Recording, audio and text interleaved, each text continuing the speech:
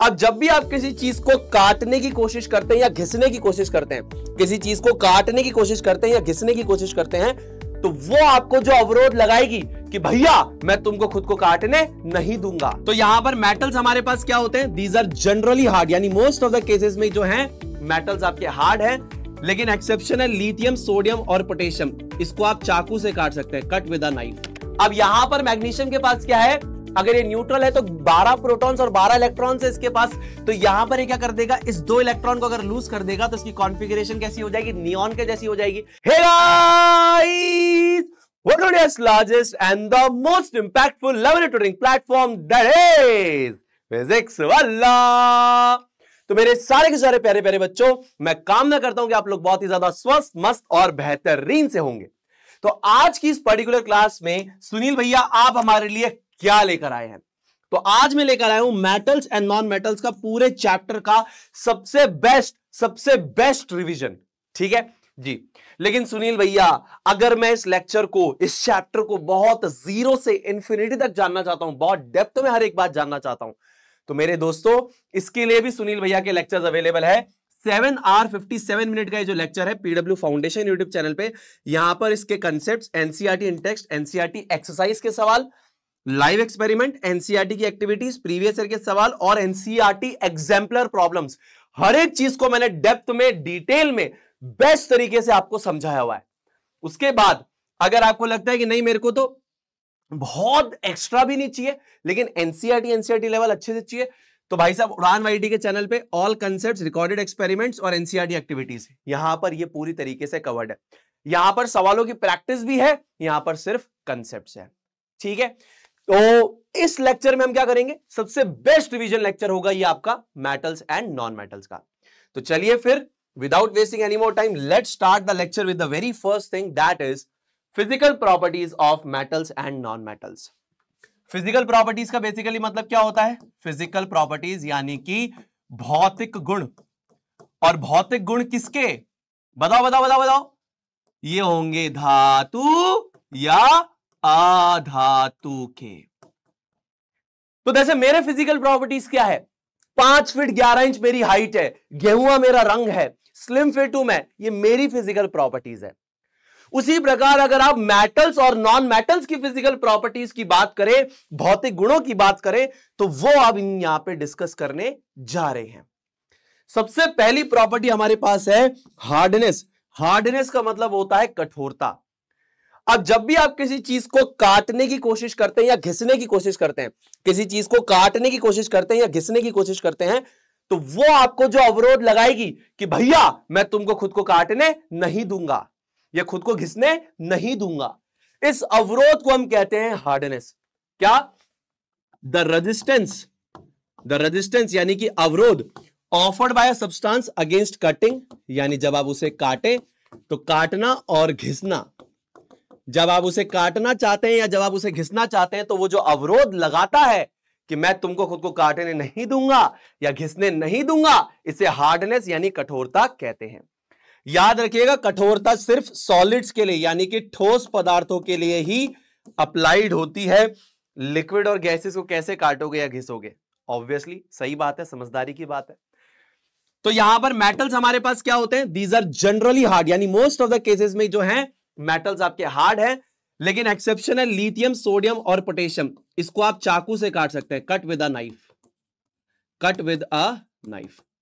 तो इनको हम क्या बोलते हैं, इनको हम बोलते हैं सॉफ्ट मेटल्स। कैसे मेटल्स दोस्त, सॉफ्ट मेटल्स। बहुत बढ़िया। नॉन मेटल्स की बात करें तो जनरली ये हमारे पास क्या होते हैं, सॉफ्ट होते हैं, लेकिन यहां पर एक बहुत ही खतरनाक एक्सेप्शन है, दैट इज डायमंड। अब जो डायमंड है वो कार्बन का एक प्रकार है, यानी अधातु का एक फॉर्म है, और वो हार्डेस्ट नेचुरली ऑकरिंग सब्सटेंस है।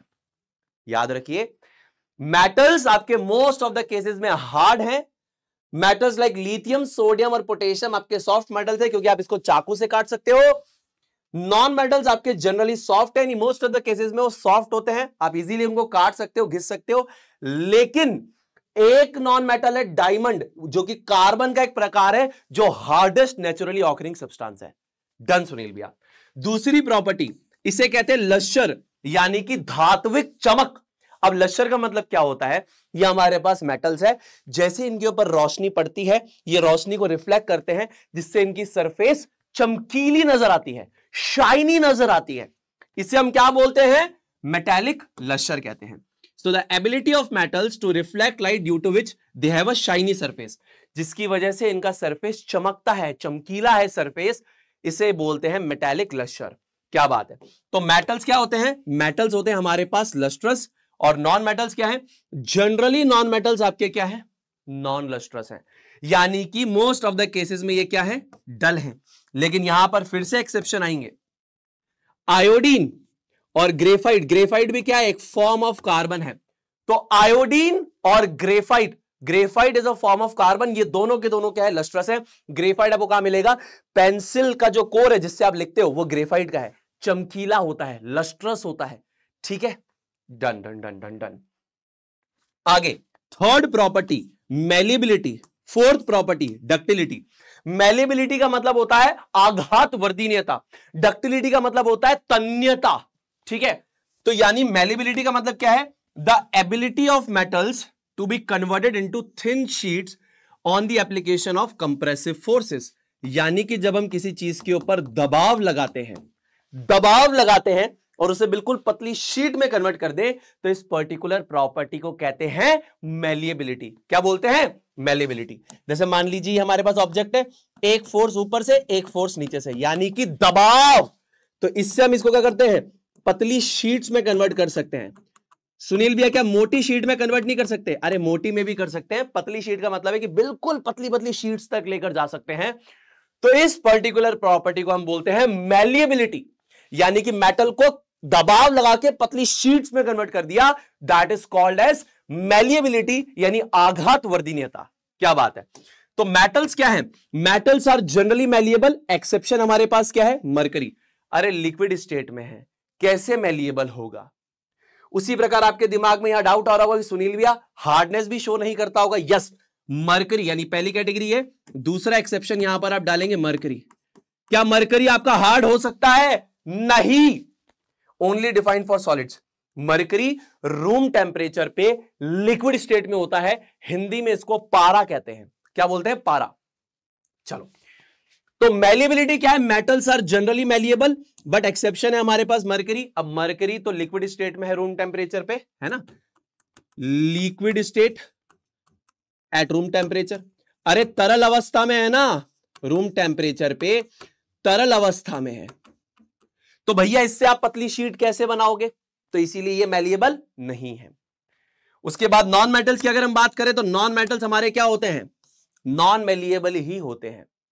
तो मैलिएबिलिटी का मतलब क्या है कि अगर हम किसी मटेरियल के ऊपर कंप्रेसिव फोर्स लगाते हैं तो पतली शीट्स में कन्वर्ट हो जाता है। इस पर्टिकुलर प्रॉपर्टी को मैलिएबिलिटी यानी आघात वर्धनीयता कहते हैं। जनरली मेटल्स मैलिएबल होते हैं, एक्सेप्शन है mercury. Non metals are non malleable. क्या बात है। उसके बाद बात करते हैं डक्टिलिटी की। तो डक्टिलिटी में बेसिकली हमारे पास क्या होता है, जैसे मान लीजिए मेटल है, एक फोर्स लगाया ऊपर, एक फोर्स लगाया नीचे, और इसको ऐसे पतले तार के फॉर्मेट में हमने कन्वर्ट कर दिया, ऐसे खींच के तार के फॉर्मेट में कन्वर्ट कर दिया। इसे बोलते हैं डक्टिलिटी या तन्यता। So the ability of metals to be converted into thin wires on the application of tensile forces, यानी कि खिंचाव। ऊपर क्या था, दबाव, यहां क्या है, खिंचाव। तो यहां पर आप उसको पतली पतली वायर्स के फॉर्मेट में कन्वर्ट कर सकते हो। तो यहां पर अगर बात करें, so these are generally ductile. Exception हमारे पास है फिर से मरकरी। और यहां पर अगर हम नॉन मेटल्स की बात करें, ये जो डिस्कशन है this is basically for metals and this discussion is for non metals. तो नॉन मेटल्स की अगर हम बात करें, so these are generally non ductile, exception है कार्बन फाइबर। तो नॉन मेटल्स आपके नॉन डक्टाइल होते हैं, एक्सेप्शन है कार्बन फाइबर्स। मेटल्स आपके जनरली डक्टाइल होते हैं, एक्सेप्शन है mercury, because it is liquid at the room temperature. कहां से तार बनाओगे, समझे जी सुनील भैया। अगली प्रॉपर्टी यानी जो फिफ्थ प्रॉपर्टी है, that is basically sonority. Sonority का बेसिकली मतलब होता है जब हम इनको बहुत तेज मारेंगे तो ये एक रिंगिंग साउंड प्रोड्यूस करते हैं, that is called as sonority. Produces deep ringing sound when struck hard, जब आपने इनको जोर से मारा तो ये एक रिंगिंग साउंड या क्लिंगिंग साउंड प्रोड्यूस करते हैं, इसे सोनोरिटी कहते हैं। सिक्के को लीजिए, जोर से जमीन पे गिराइए, एक कैरेक्टरिस्टिक साउंड करेगा। आपके स्कूल में बेल मेटल लगा होता है जिसपे आप मारते हो टन टन टन टन टन टन टन, कैरेक्टरिस्टिक आवाज करता है। मंदिर में घंटी होती है, आवाज करती है। क्या बात है। तो मेटल्स आर सोनोरस, लेकिन नॉन मेटल्स आपके नॉन सोनोरस होते हैं। छठा, electrical conductivity, metals are good electrical conductors, these are generally poor electrical conductors. Again exception है graphite, which is nothing but a form of carbon, ये एक बहुत बढ़िया कंडक्टर ऑफ इलेक्ट्रिसिटी है। उसके बाद सातवां पॉइंट हमारे पास है थर्मल कंडक्टिविटी है, जिसे बेसिकली अगर सरल भाषा में बोलूं हीट कंडक्शन। हीट कंडक्शन अगर मैं बोलूं तो generally they are good heat conductors, good conductors of heat. Exception है लेड एंड आपका बेसिकली मरकरी, ठीक है ना, लेड, मरकरी, बिस्मथ, ये दो एग्जांपल्स आप याद रखिए, ठीक है। तो जनरली ये हीट के अच्छे कंडक्टर्स हमारे पास होते हैं। एक्सेप्शन है lead and mercury, they are generally the poor heat conductors. Exception हमारे पास है डायमंड। डायमंड जो है मस्त बात बताऊं, बेस्ट कंडक्टर ऑफ हीट है, बेस्ट कंडक्टर ऑफ हीट सारे मटेरियल्स में। नॉन मेटल है, सारे बदले अकेला पूरा कर देता है नॉन मेटल्स के। उसके बाद आठवां है मेल्टिंग पॉइंट। मेल्टिंग पॉइंट यानी कि वो टेम्परेचर जिस पर कोई चीज सॉलिड से लिक्विड स्टेट में कन्वर्ट हो जाए, यानी कि गलनांक। तो यहां पर मेटल्स का हाई मेल्टिंग पॉइंट होता है। एक्सेप्शन हमारे पास क्या है, गैलियम एंड सीजियम। मरकरी भी आप लिख सकते हैं, मरकरी का मेल्टिंग पॉइंट भी बहुत ज्यादा कम होता है। तो इन तीन मेटल्स का जो मेल्टिंग पॉइंट है बहुत ज्यादा कम है। अब लोगों को ये लगता है कि गैलियम और सीजियम रूम टेम्परेचर पे लिक्विड स्टेट में है। ध्यान से सुनिए, ये फॉर एग्जांपल आपके पास है गैलियम, ये फॉर एग्जांपल है सीजियम। यहां पर इसका जो मेल्टिंग पॉइंट टेम्परेचर है ना, इसका है 29.7 डिग्री सेल्सियस, इसका है 28.4 डिग्री सेल्सियस। सो इसकी जो स्टेट है, इसकी जो स्टेट एट रूम टेम्परेचर है, अब आप बताओ क्या होगी। बहुत लोगों को यहां पे मिसकंसेप्शन है कि रूम टेम्परेचर पे जो गैलियम है और सीजियम है वो लिक्विड स्टेट में। अरे मेरे भाई 25 डिग्री सेल्सियस पे यहां पर इसका मेल्टिंग पॉइंट देखो 29.7 और 28.4, तो 25 डिग्री सेल्सियस पे कौन सी स्टेट होगा। पर सुनील भी हमने सुना है हाथ पे पिघल जाते हैं। अरे हाथ पे पिघलते हैं तो हाथ का तापमान भी तो देखो, नॉर्मल ह्यूमन बॉडी टेम्परेचर 37 होता है, इसलिए पिघलते हैं हाथ पे। समझ रहे हो, तुम्हारा कंपैरिजन गलत है। यहां पर इनका जो मेल्टिंग पॉइंट है गैलियम का 29.7 है और 28.4 है, यानी 25 डिग्री सेल्सियस पे तो सॉलिड स्टेट में ही रहेंगे। पिघलने के लिए टेम्परेचर चाहिए 29.7 और 28.4। तो सुनील भाई ये कहां पे पिघलते हैं, मेल्ट्स ऑन ह्यूमन पाम, ये ह्यूमन पाम के ऊपर पिघल जाते हैं। ह्यूमन पाम का जो टेम्परेचर होता है दैट इज 37 डिग्री सेल्सियस। तो ये इंसान के हाथ पे पिघलते हैं, क्योंकि हमारी ह्यूमन बॉडी का जो टेम्परेचर है वो 37 डिग्री सेल्सियस है।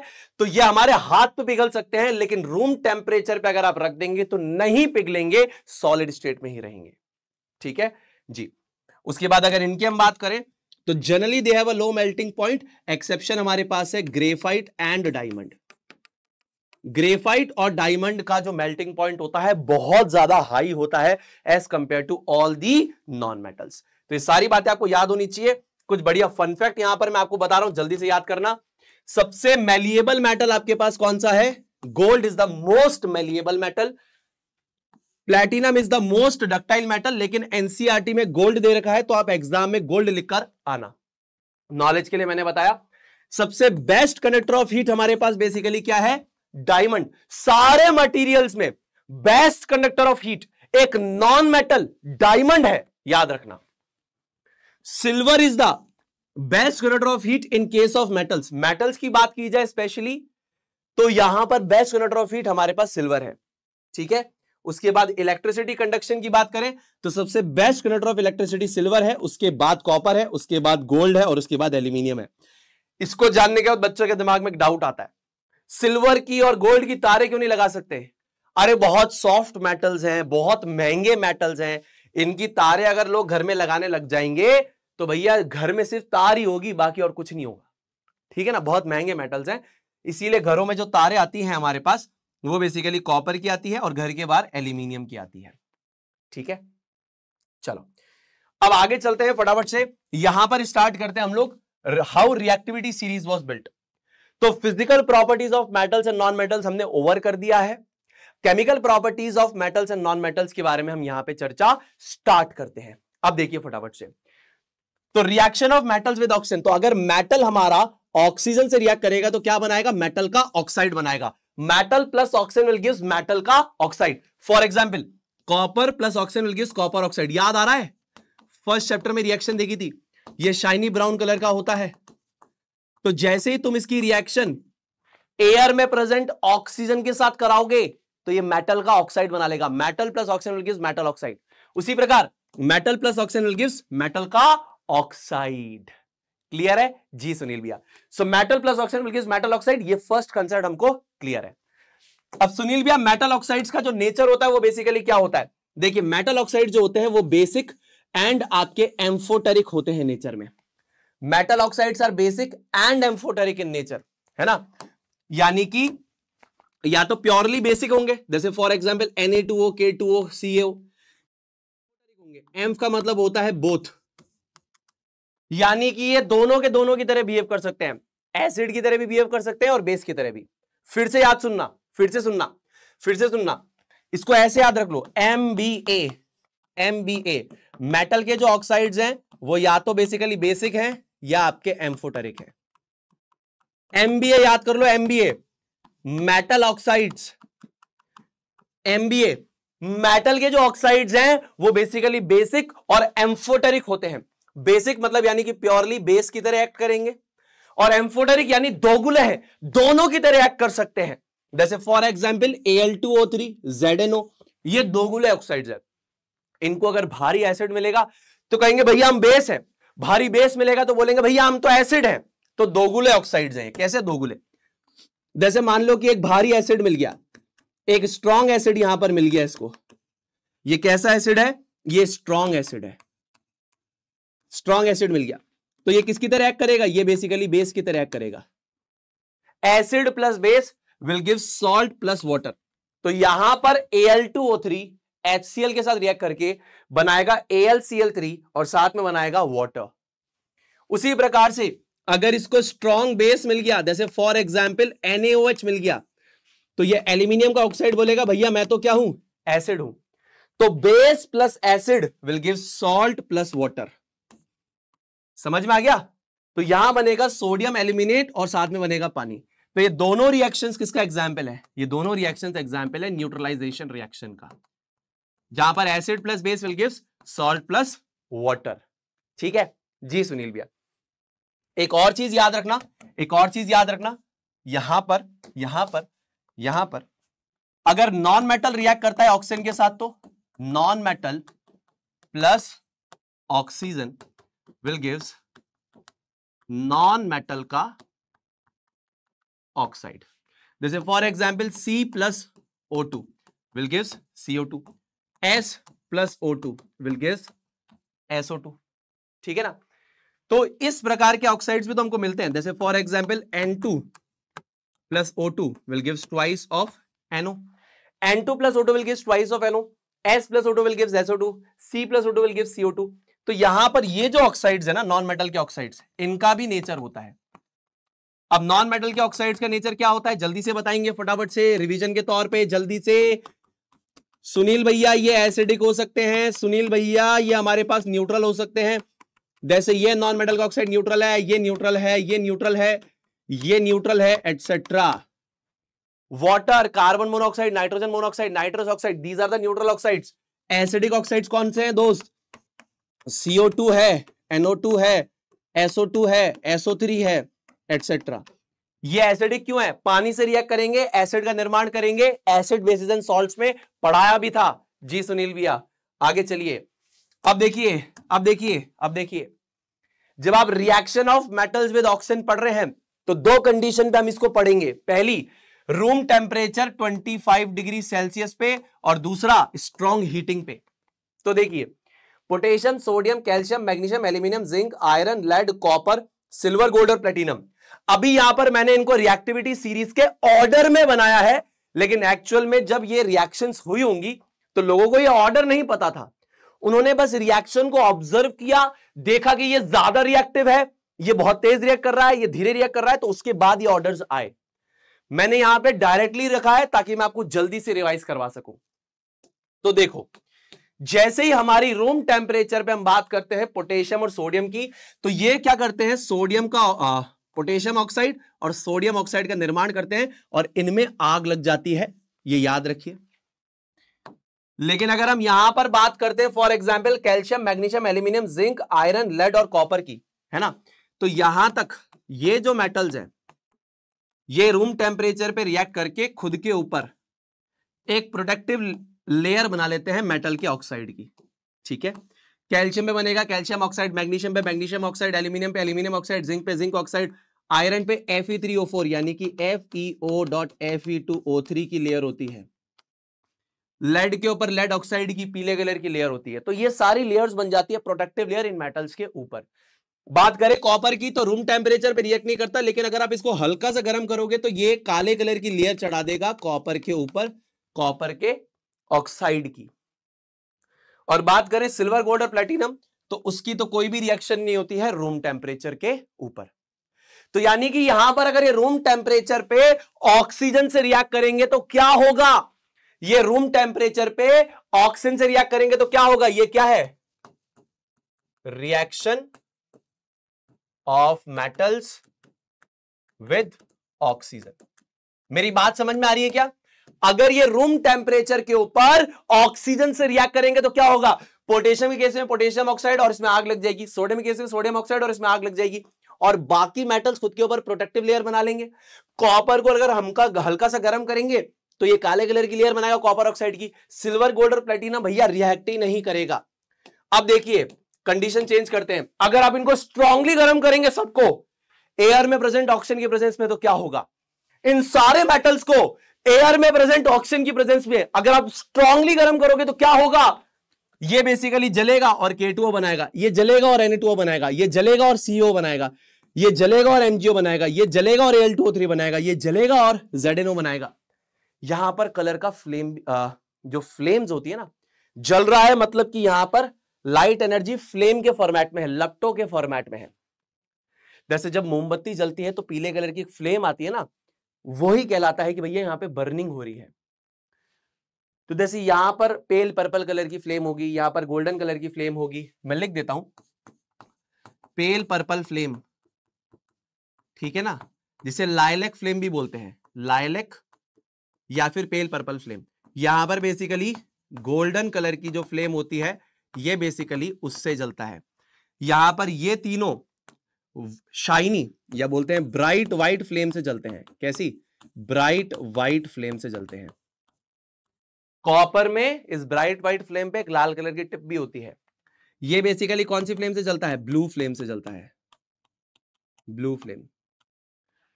और आयरन के साथ क्या केस है, अगर आप आयरन को जलाओगे तो वो नहीं जलता है, ठीक है ना, स्ट्रांगली हीट करो नहीं जलता है। लेकिन आपका जो पाउडर्ड आयरन है इट बर्न्स विग्रेसली, ये स्पार्कल्स प्रोड्यूस करता है, चिंगारी प्रोड्यूस करता है, स्पार्कल्स प्रोड्यूस करता है। अगर आप पाउडर्ड आयरन को फूंक देंगे आग के अंदर तो बेसिकली स्पार्कल्स प्रोड्यूस करता है, क्योंकि एयर में प्रेजेंट ऑक्सीजन के प्रेजेंस में ये जलता है। लेड नहीं जलता, कोई फ्लेम नहीं निकलती, कॉपर भी नहीं जलता, लेकिन ये अपने मेटल के ऑक्साइड्स बनाते हैं। लेड बनाता है लेड ऑक्साइड, कॉपर बनाता है कॉपर ऑक्साइड, इसके अंदर कोई भी फ्लेम या लाइट एनर्जी नहीं निकलती है। अगर हम बात करें यहां पर सिल्वर, गोल्ड और प्लेटिनम की, तो यहां पर कोई भी रिएक्शन नहीं होती है। आप इनको स्ट्रांगली गर्म कर दो, एयर में प्रेजेंट ऑक्सीजन की प्रेजेंस में कोई रिएक्शन नहीं होती है। अब देखो यहां पर ये देखो रूम टेम्परेचर पे भी रिएक्ट कर रहे हैं, तो ये काफी ज्यादा रिएक्टिव है। This is the reason they are stored in kerosene, stored in kerosene, because they react even at room temperature, even at room temperature in air। तो ये इतने ज्यादा रिएक्टिव मेटल है कि रूम टेम्परेचर में हवा में प्रेजेंट ऑक्सीजन और मॉइस्चर से रिएक्ट कर लेते हैं। So stored in kerosene because they react even at room temperature in air. तो ये हवा के अंदर रूम टेम्परेचर के ऊपर भी रिएक्ट कर लेते हैं। इसी की वजह से इनको हम कहां स्टोर करते हैं? केरोसिन में स्टोर करते हैं। कामना करता हूं यहां तक सारी बातें सभी को समझ में आ रही है। जी सुनील भैया, उसके बाद अब हम बात करेंगे reaction of metals with cold water. देखिए सबसे पहले जो मैंने पानी लिया है, ठंडा पानी लिया है। अब देखते हैं ठंडे पानी से कितने रिएक्ट करते हैं। याद रखिए, जो मेटल जितना लो टेम्परेचर पर रिएक्ट करेगा उतना ज्यादा रिएक्टिव है। इसीलिए तो ये देखो ना, लो टेम्परेचर पे भी रिएक्ट कर ले रहे हैं, और वो भी एक्सप्लोसिवली। हीट और लाइट एनर्जी इतनी ज्यादा जनरेट कर रहे हैं, और ये देखो ये लोग कुछ नहीं कर पा रहे। ठीक है ना, ये स्ट्रांगली हीट करने पे कर रहे हैं, लेकिन ये तो रूम टेम्परेचर पे भयंकर रिएक्शन दे दे रहा है भाई साहब, हीट और लाइट एनर्जी निकाल रहा है। ये नहीं कर पा रहे ऐसा। ठीक है जी। तो reaction of metals with cold water के अंदर हम क्या पढ़ेंगे? सबसे पहली चीज, metal that reacts at a lower temperature is more reactive then the one that doesn't react और रिएक्ट स्लोली। याद रखिए, जो मेटल लोअर टेम्परेचर पर रिएक्ट कर ले वो हमेशा ज्यादा रिएक्टिव होगा उस मेटल के कंपैरिजन में जो धीरे रिएक्ट करे या रिएक्ट ना करे। अब देखिए, ठंडे पानी से सिर्फ 3 मेटल्स रिएक्ट करते हैं, तो इसीलिए सबसे ज्यादा रिएक्टिव यही होंगे भाई। ठंडे पानी से, ठंडा पानी है, उसमें हमने सारे मेटल्स डाल दिए, सिर्फ 3 रिएक्ट कर रहे हैं, पोटेशियम, सोडियम, कैल्शियम। ठीक है, तो यहां पे हम रिएक्शन में क्या ऑब्जर्व करेंगे? अगर हमने सोडियम को, पोटेशियम को और कैल्शियम को ठंडे पानी में डाल दिया, तो यहां पर ये क्या करते हैं? इनकी रिएक्टिविटी यहां पे हाइड्रोजन से ज्यादा है ना। पानी याद रखिएगा ठंडा है, पानी याद रखिएगा ठंडा है, तो टेम्परेचर डिपेंडेंट रिएक्शन भी है ये।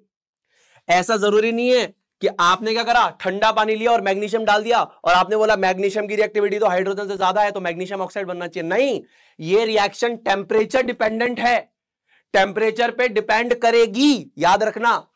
तो क्योंकि कैल्शियम की रिएक्टिविटी यहां पर हाइड्रोजन से ज्यादा है, तो ये लोग क्या करेंगे? यहां बनेगा सोडियम ऑक्साइड, यहां बनेगा पोटेशियम ऑक्साइड, यहां बनेगा कैल्शियम ऑक्साइड। लेकिन भैया यहां तो आपने हाइड्रोक्साइड लिखा हुआ है। हाइड्रोक्साइड लिखने के पीछे का रीजन ये है कि मेरे दोस्त, सोडियम का ऑक्साइड, पोटेशियम का ऑक्साइड और कैल्शियम का ऑक्साइड तीनों पानी में सॉल्युबल है, तो मेटल के हाइड्रोक्साइड बनेगा और हाइड्रोजन गैस बाहर निकलेगी और साथ में बहुत ज्यादा अमाउंट में हीट एनर्जी निकलेगी, बहुत ज्यादा अमाउंट में हीट एनर्जी निकलेगी। ठीक है, अब होगा क्या? याद रखिए, ये जो हीट एनर्जी निकलेगी इससे क्या होगा? ये एवॉल्व्ड हाइड्रोजन गैस में आग लग जाती है। ठीक है, so evolved hydrogen gas catches fire in case of potassium and sodium. Hydrogen gas immediately catches fire in case of potassium. It means the speed of reaction of potassium with water is greater than the sodium with water. अब अगर हम यहां पर potassium और sodium की reaction को compare कराएं तो ठंडे पानी से अगर सेम टाइम पे मैंने पोटेशियम को डाला और सोडियम को डाला, तो पोटेशियम वाले केस में एकदम से हाइड्रोजन में आग लग जाती है, लेकिन सोडियम वाले केस में थोड़ा समय लगता है। इसका मतलब ये रिएक्शन बहुत तेज हो रही होगी, ज्यादा हीट निकली होगी, तभी इसमें आग लगी। ये रिएक्शन इसके कंपेयर में थोड़ी धीरे धीरे हो रही होगी, इसीलिए यहां पे हाइड्रोजन को आग लगने में थोड़ा ज्यादा समय लगेगा। तो यहां पर एक कंक्लूजन आना चाहिए, reactivity of potassium is greater than that of sodium, इतना कंक्लूजन आना चाहिए। अब उसके बाद ये इंपॉर्टेंट पॉइंटर था जो मैंने यहां पर आपको बताया, metal oxides that are formed in these cases are soluble in water and forms the metal hydroxide. यानी फॉर एग्जांपल अगर मैं बोलता हूं आपको Na2O है ना, ये बन रहा है एग्जाम्पल के तौर पे, तो ये क्या बना लेगा? NaOH बना लेगा। मेरी बात समझ में आई? तो यहां पर हमारे पास है 2 sodium 2 sodium, 2 oxygen 2 oxygen, 2 hydrogen 2 hydrogen, ये बैलेंस हो गई। तो यहां पर जो आपका सोडियम का ऑक्साइड बनना था, पोटेशियम का ऑक्साइड बना था, कैल्शियम का ऑक्साइड बना था, डिसॉल्व होकर हाइड्रोक्साइड बन जाते हैं और हाइड्रोजन गैस निकल जाती है। रिएक्शन में बहुत ज्यादा हीट निकलती है जिससे वजह से हाइड्रोजन गैस में आग लग जाती है। ठीक है, तो ये जो स्पीड ऑफ रिएक्शन होगी पोटेशियम की विद कोल्ड वाटर ज्यादा होगी as compare to that of sodium. जी सुनील भैया, ये बात भी हमें समझ में आ गई। उसके बाद कैल्शियम वाले केस में evolved hydrogen gas doesn't catch fire. याद रखना, इस केस में इतनी हीट नहीं निकलती कि हाइड्रोजन में आग लग जाए, तो फिर हाइड्रोजन के साथ क्या होगा? वो बेसिकली क्या करेगी? कैल्शियम के मेटल के ऊपर चिपक जाएगी और कैल्शियम का मेटल पानी के ऊपर तैरने लगेगा। कैल्शियम का मेटल जो है हैवी मेटल है, पानी में डालोगे तो नीचे चला जाएगा, लेकिन यहां पर जो हाइड्रोजन गैस बन रही है ना, वो बेसिकली जल तो रही नहीं है, तो कैल्शियम के सरफेस पे चिपक जाएगी और उसको ऊपर ले जाएगी और कैल्शियम का मेटल तैरने लगेगा। क्या बात है, क्या बात है, क्या बात है। तो कामना करता हूं सारी बातें आपको समझ में आ रही है। तो यहां से ऑर्डर ऑफ रिएक्टिविटी का कंक्लूजन क्या आ रहा है? देखो, ठंडे पानी से सबसे तेज रिएक्ट कर रहा है पोटेशियम, फिर सोडियम और सबसे आखिरी में कैल्शियम। इसके केस में तो हाइड्रोजन में आग भी नहीं लग रही ना। हाँ, तो ऑर्डर क्या हो गया, कंक्लूजन क्या हो गया, कंक्लूजन ऑर्डर ऑफ रिएक्टिविटी क्या हुआ, जल्दी बताओ। ऑर्डर ऑफ रिएक्टिविटी अभी तक इन तीन मेटल्स का कितना समझ में आया तुमको, सबसे रिएक्टिव पोटेशियम, फिर सोडियम और फिर कैल्शियम। चलो आगे चले। अब ये सेम रिएक्शन हम कराएंगे गर्म पानी से, यानी कि हमने पानी के तापमान को बढ़ा दिया पानी के तापमान को। तो अब देखो कौन रिएक्ट करता है, अभी भी सिर्फ 4 मेटल्स ही रिएक्ट कर रहे हैं, ठीक है। तो यहां पर मैग्नीशियम रिएक्ट करेगा वाटर के साथ। अब ये जो वाटर है यहां पर गर्म वाटर है, तो यह यहां पे हाइड्रोजन को डिस्प्लेस करके मैग्नीशियम ऑक्साइड बनाएगा। मैग्नीशियम ऑक्साइड पानी में सॉल्युबल है तो बनेगा मैग्नीशियम हाइड्रोक्साइड, साथ में निकलेगी यहां पर हीट और साथ में निकलेगी हाइड्रोजन गैस और साथ में निकलेगी हीट। सो मैग्नीशियम ऑक्साइड यहां पर बनना चाहिए था, मैग्नीशियम ऑक्साइड, लेकिन मैग्नीशियम ऑक्साइड पानी में सॉल्युबल है तो मैग्नीशियम हाइड्रोक्साइड, यहां से निकलेगी हाइड्रोजन गैस, साथ में निकलेगी हीट। याद रखिएगा evolve hydrogen gas doesn't catch fire, क्योंकि इतनी ज्यादा अमाउंट में हीट नहीं निकलती है। दूसरा, the tiny bubbles of hydrogen gas formed stick to the surface of calcium and hence it starts, sorry ये मैग्नीशियम, तो यहां पर क्या होगा कि मैग्नीशियम भी पानी के सरफेस पे तैरने लगेगा, क्योंकि इवॉल्व हाइड्रोजन गैस में आग नहीं लगेगी। तो दो मेटल्स कैल्शियम और मैग्नीशियम पानी के सरफेस पे तैरते हैं, क्योंकि इवॉल्व हाइड्रोजन गैस में आग नहीं लगती।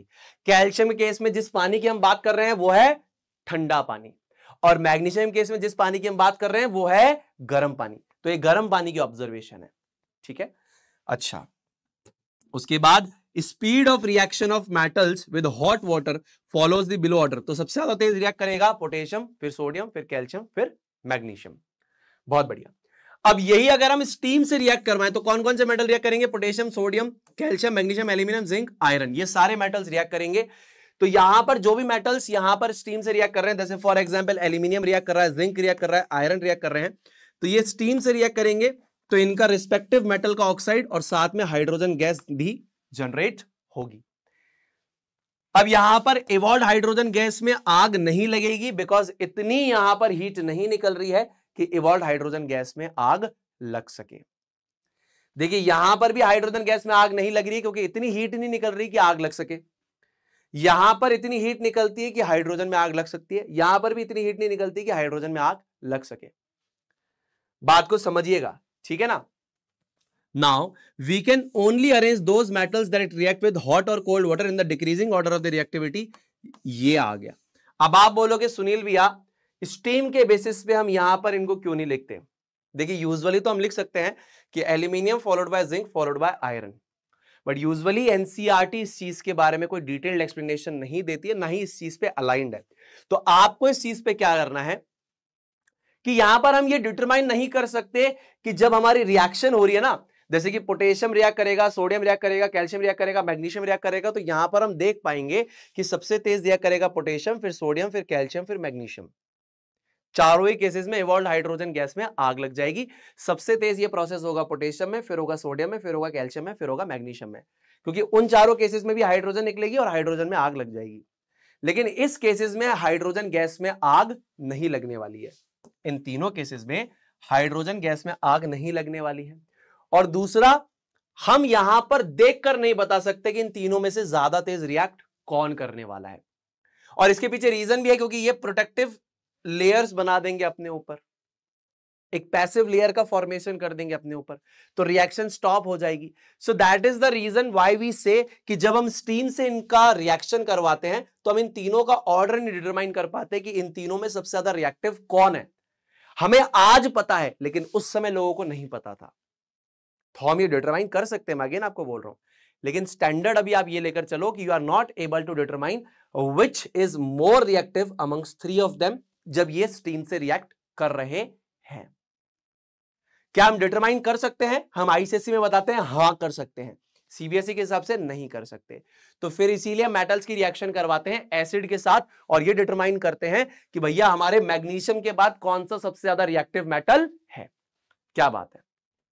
चलो ये एक बार सेटअप भी देख लेना कि यहां पर तुम्हारे पास जो मेटल है, ठीक है ना, सबसे पहले तो ये ग्लास वुल है that is soaked in water. इसको गर्म करेंगे तो यहां से क्या निकलेगी, इधर से निकलेगी बेसिकली आपके पास स्टीम, और ये आपके पास मेटल का सैंपल है जिसकी रिएक्शन आप यहां पर करवा रहे हो। इसकी रिएक्शन इससे होगी तो मेटल का ऑक्साइड और साथ में क्या निकलेगी, हाइड्रोजन गैस। तो हाइड्रोजन गैस हमारी यहां पर कलेक्ट होगी, इधर कलेक्ट होगी, इधर ये हाइड्रोजन गैस यहां पर कलेक्ट होती जाएगी। अब हाइड्रोजन गैस यहां पर कैसे कलेक्ट हो रही है, by the downward displacement of water, by the downward displacement of water. Sunil भैया पानी को नीचे डिस्प्लेस करके हाइड्रोजन ऊपर कलेक्ट क्यों हो रही है, यह सवाल आपके दिमाग में आ सकता है। सबसे पहला, hydrogen is insoluble in water. दूसरा hydrogen is lighter than water. अब आप बोलोगे सुनील भैया ये क्या बात बोली आपने, देखो सबसे पहले यहां पर आपका ग्लास फुल है जिसके अंदर पानी है, इसको आपने यहां से गर्म किया, इसमें से निकली स्टीम, ये मेटल के सैंपल से इंटरेक्ट करेगी तो बनेगा मेटल का ऑक्साइड, साथ में निकलेगी हाइड्रोजन गैस। हाइड्रोजन गैस यहां पर हमारे इस पर्टिकुलर ट्यूब के अंदर आ रही जिसके अंदर पूरा पानी भरा हुआ था, लेकिन अब धीरे धीरे यहां पर आप देख रहे हो कि ये हाइड्रोजन गैस के बबल्स आ रहे हैं और ये बबल्स ऊपर की तरफ जा रहे हैं, तो यहां पर हमारी हाइड्रोजन गैस कलेक्ट होती जा रही है, और हाइड्रोजन यहां कलेक्ट होगी तो धीरे धीरे पानी नीचे आता जाएगा। तो ऐसा क्यों हो रहा है, डाउनवर्ड डिस्प्लेसमेंट ऑफ वाटर क्यों हो रहा है, क्योंकि हाइड्रोजन पानी में घुलती नहीं है तो एक खुद के लिए एक जगह बनाएगी, और ऊपर ही जगह क्यों बनाएगी, क्योंकि क्या है, पानी से हल्की है, पानी से हल्की है तो इसलिए ऊपर जगह बनाएगी। तो hydrogen is insoluble in water and it is lighter than water. दोनों बातें याद होनी चाहिए। अगला reaction of metals with dilute acids. अब बाकी मेटल्स का ऑर्डर डिटरमाइन करने के लिए हम तीसरी चीज को ऑब्जर्व करेंगे। We are going to determine the third thing and that is basically the reaction of metals with dilute acids. इसको ऑब्जर्व करेंगे, ठीक है। तो यहां पे रिएक्शन है metal plus dilute acid will give salt plus hydrogen gas, ठीक है ना। अब यहां पर मेटल जो है हाइड्रोजन को यहां पर डिस्प्लेस करेगा एसिड से और बनाएगा सॉल्ट और हाइड्रोजन गैस, लेकिन ये रिएक्शन तो सिर्फ वही मेटल दे सकता है ना जिसकी रिएक्टिविटी किससे ज्यादा हो, हाइड्रोजन से ज्यादा हो, ये वही तो दे सकता है जी। तो अब इस रिएक्शन की मदद से हम बाकी के मेटल्स के ऑर्डर को डिटरमाइन करने की कोशिश करेंगे।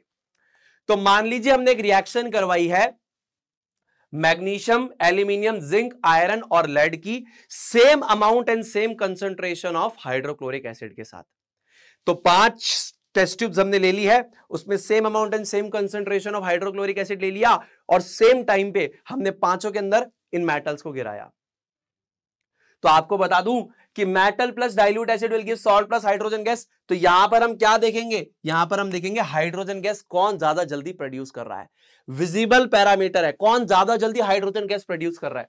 तो हम क्या देखेंगे कि जो speed of the formation of hydrogen bubbles है वो क्या ऑर्डर फॉलो करती है, सबसे पहले मैग्नीशियम, फिर एल्यूमिनियम, जिंक, आयरन और लेड।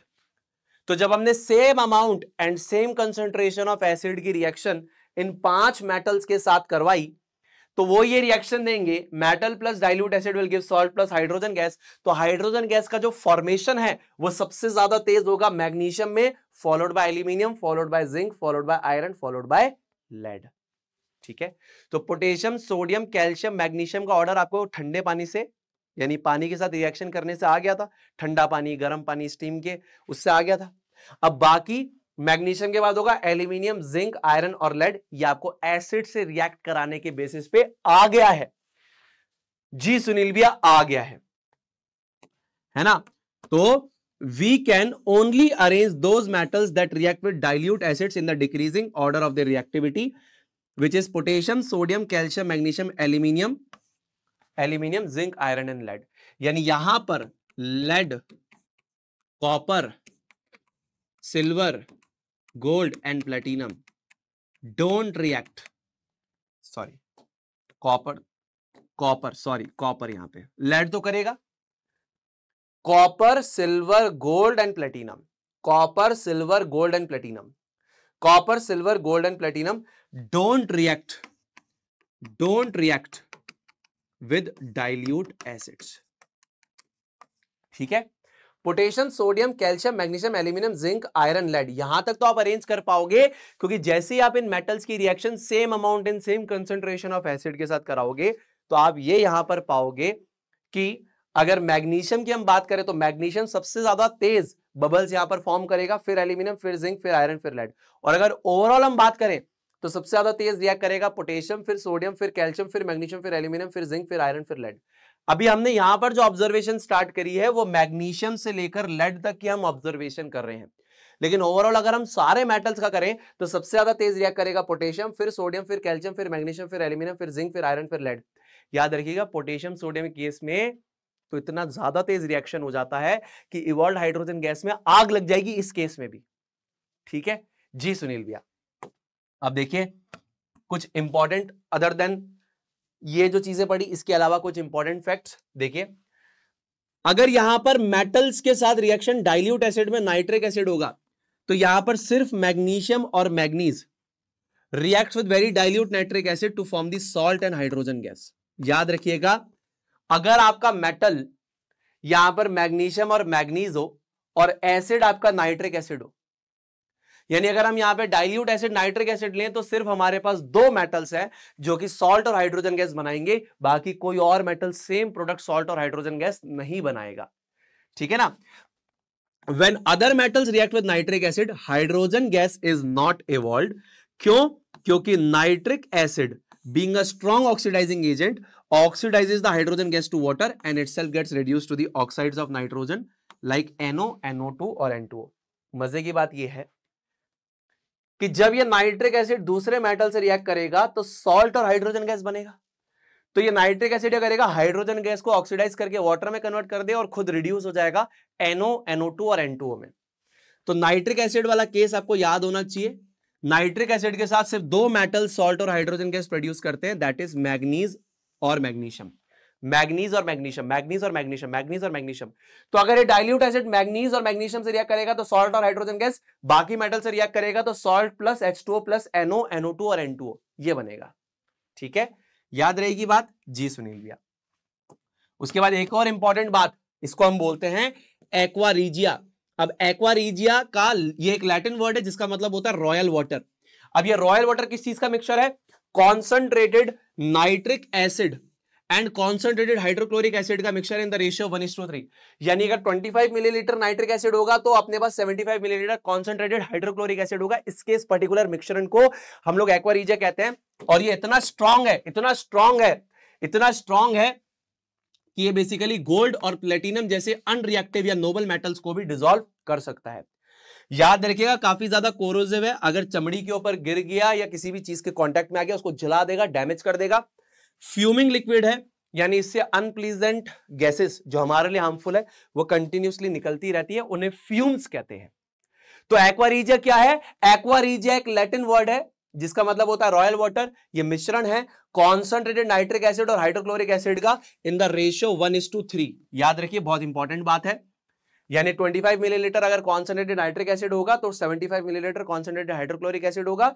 काफी ज्यादा कोरोसिव और फ्यूमिंग लिक्विड है। ठीक है, और एक one of the few reagents है जिसमें कि गोल्ड और प्लेटिनम आपके डिसॉल्व कर जाते हैं। ये इंपॉर्टेंट बातें भी आपने एक्स्ट्रा बातें जान ली। अब देखिए जब हमने मेटल्स की रिएक्शन कराई ऑक्सीजन के साथ, फिर वाटर के साथ और अब एसिड के साथ, तो यहां तक हमें ऑर्डर मिल गया। अब बाकी के लिए हम क्या करेंगे? देखिए reaction of metals with salt solution of other metals, इससे करवाएंगे। तो देखिए सिल्वर की रिएक्शन कॉपर नाइट्रेट से कराई, नो रिएक्शन। गोल्ड की रिएक्शन कॉपर नाइट्रेट से कराई, नो रिएक्शन। अगर हमने यही कॉपर की रिएक्शन सिल्वर नाइट्रेट से कराई, सिल्वर नाइट्रेट हमारे पास कलरलेस सॉल्यूशन है, और इसमें अगर हमने शाइनी ब्राउन कलर का कॉपर को डाल दिया तो ये क्या कर देगा? इस सॉल्यूशन को नीला बना देगा, ब्लू सॉल्यूशन में कन्वर्ट कर देगा, और साथ में सिल्वर आपका आ जाएगा।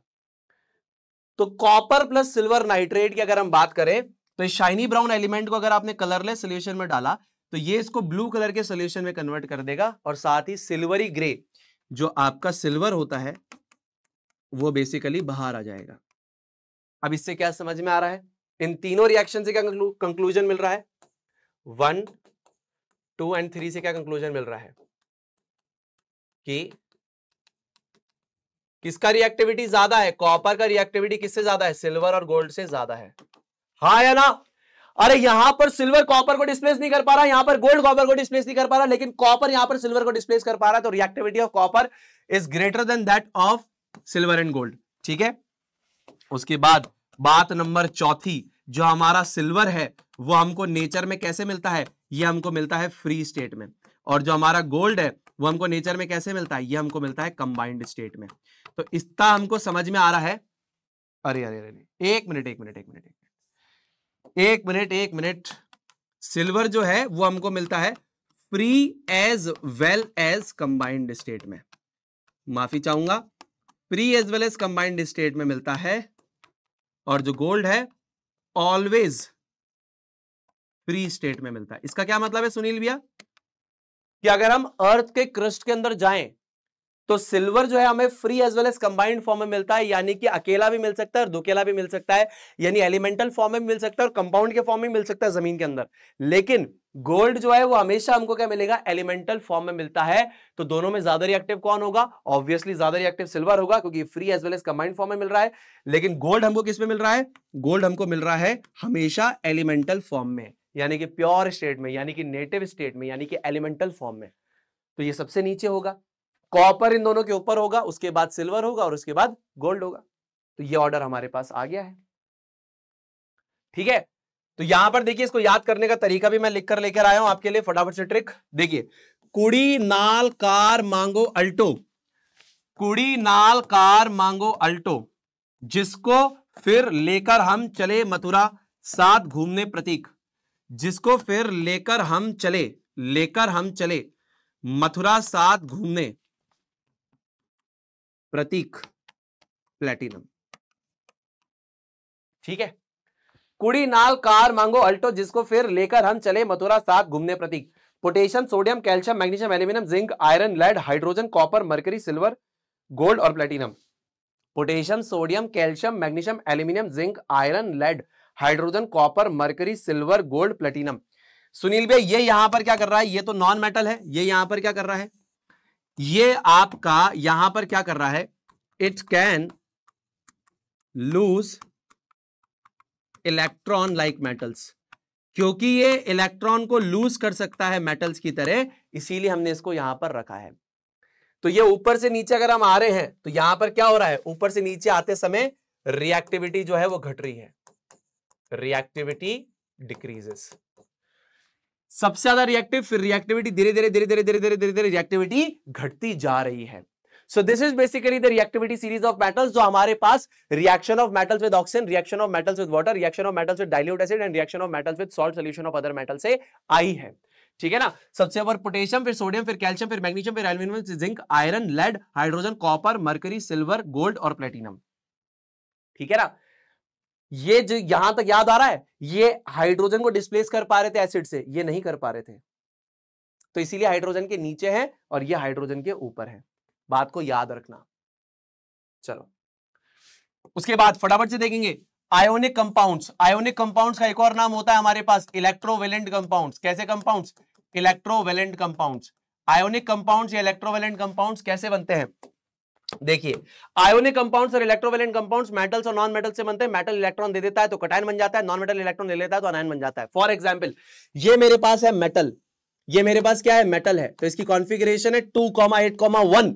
इसने एक इलेक्ट्रॉन दान कर दिया तो ये बन गया Na1+, यानी कि ये क्या बन गया, ये बन गया कैटायन। अब सोडियम की कॉन्फ़िगरेशन है 2,8,1, इसको स्टेबल होना है, नियरेस्ट नोबल गैस कॉन्फ़िगरेशन लाना है तो एक इलेक्ट्रॉन दान करना पड़ेगा। इसने एक इलेक्ट्रॉन दान कर दिया तो अब यहां पर क्या हो गया, Na1+। क्यों, क्योंकि नंबर ऑफ प्रोटॉन्स और नंबर ऑफ इलेक्ट्रॉन्स यहां पर 11 थे, एक इलेक्ट्रॉन इसने दान कर दिया तो अब यहां पर जो नंबर ऑफ प्रोटॉन्स और नंबर ऑफ इलेक्ट्रॉन्स है उसमें एक इंबैलेंस है। नंबर ऑफ प्रोटॉन अभी भी 11 है, इलेक्ट्रॉन कितने हो गए, 10 हो गए, तो एक पॉजिटिव चार्ज ज्यादा हो गया तो 1+, कैटायन।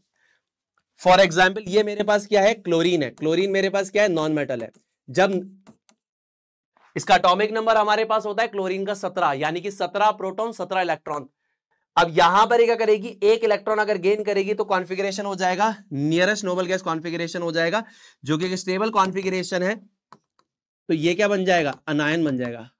क्यों, 17 प्रोटॉन 17 इलेक्ट्रॉन यहां पे थे, यानी 17 पॉजिटिव पार्टिकल 17 नेगेटिव पार्टिकल, एक पार्टिकल गेन कर लिया तो 18 नेगेटिव पार्टिकल 17 पॉजिटिव पार्टिकल। तो यहां पर जो एक इंबैलेंस क्रिएट हो जाएगा वो हो जाएगा 1 माइनस का। क्लियर है कि नहीं क्लियर है बात? तो ये हमारे पास है अनायन, ये हमारे पास क्या है cation, cation anion cation anion cation anion cation anion cation anion, ये मेटल का आयन, ये नॉन मेटल का आयन। क्लियर है जी?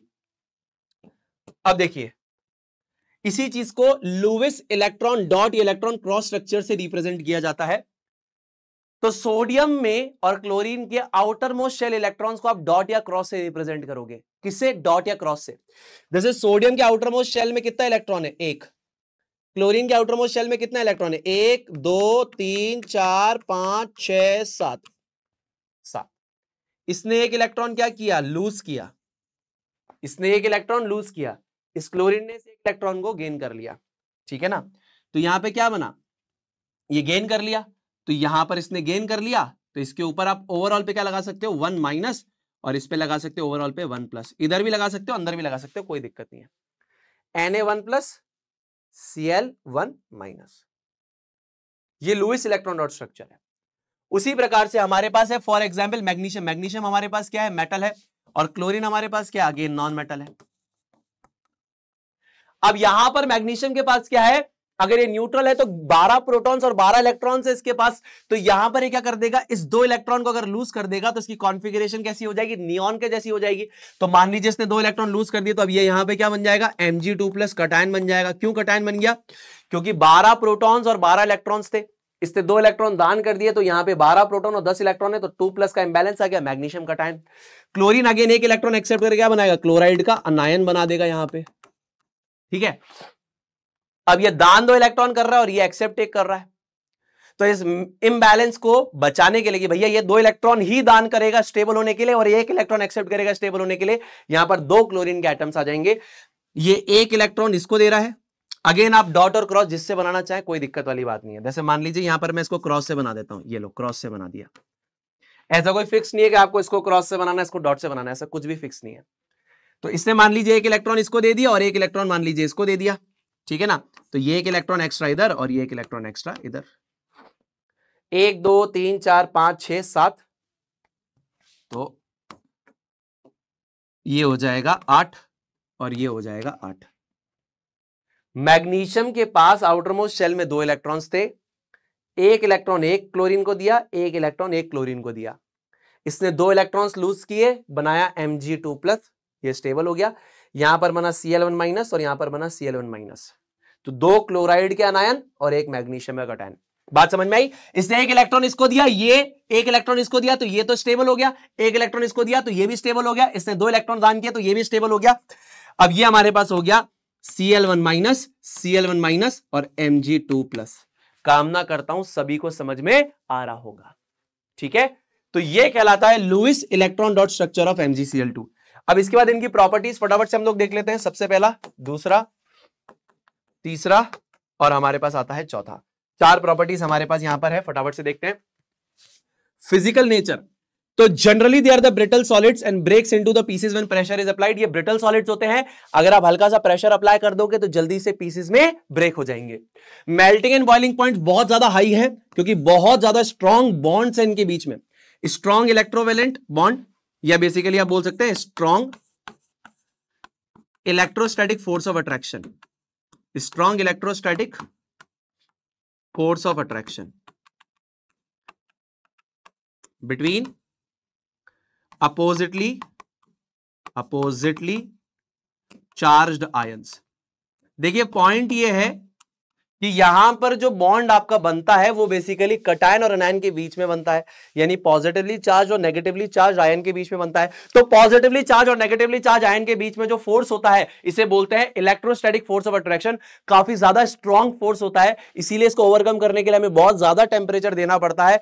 तभी हम कहते हैं कि मेल्टिंग और बॉइलिंग पॉइंट आयोनिक कंपाउंड्स का बहुत ज्यादा हाई है, क्योंकि यहां पर इतना ज्यादा स्ट्रॉन्ग फोर्स है कि इनको मेल्ट करने के लिए और इनको लिक्विड से वेपर में कन्वर्ट करने के लिए हमें बहुत ज्यादा तापमान की जरूरत पड़ेगी। ठीक है? बात समझ में आ रही है क्या? बात समझ में आ रही है? क्योंकि यहां पर बहुत ज्यादा स्ट्रॉन्ग फोर्सेस ऑफ अट्रैक्शन है कटायंस और अनायंस के बीच में, इसीलिए बहुत ज्यादा टेम्परेचर हमें देना पड़ेगा इन्हें सॉलिड से लिक्विड में लाने के लिए और लिक्विड से गैस में लेकर जाने के लिए। उसके बाद हम बात करेंगे आयोनिक कंपाउंड्स की। तो जनरली ये पानी के अंदर सॉल्युबल होते हैं, सारे केसेस में नहीं होते। Generally they are soluble in the water and insoluble in the organic solvents like kerosene, petrol and more. तो जनरली आयोनिक कंपाउंड्स जैसे कि potassium chloride, sodium chloride, magnesium chloride, these are soluble in water, but सारे cases में soluble नहीं है। साथ ही साथ ये इनसॉल्युबल है solvents like kerosene and petrol. उसके बाद electricity conduction, so conducts electricity in the molten and the aqueous form. It does not conduct the electricity in the solid form as the ions are immobile in the solid state। यानी कि ionic compound solid state में electricity conduct नहीं करते हैं, aqueous और molten form में करते हैं। क्यों? बिकॉज एक्वस और मोल्टन फॉर्म में because ions are free to move. अब क्योंकि यहां पे ions are free to move, so that's why they conduct electricity in the molten and the aqueous form. तो ये हमारे पास प्रॉपर्टीज हो गई कौन सी? आयोनिक कंपाउंड्स की। So now let's move on further. तो चलिए अब चलते हैं आगे और यहां पर स्टार्ट करते हैं हम लोग मेटलर्जी। क्या स्टार्ट करें हम लोग? मेटलर्जी। तो मेटलर्जी बेसिकली क्या ब्रांच है? ये वो ब्रांच है साइंस की जहां पर हम लोग क्या पढ़ते हैं? हम लोग पढ़ते हैं एक्सट्रैक्शन ऑफ मेटल्स, यानी कि धातुओं को एक्सट्रैक्ट करना, लेकिन मुनाफे के साथ और आसानी के साथ।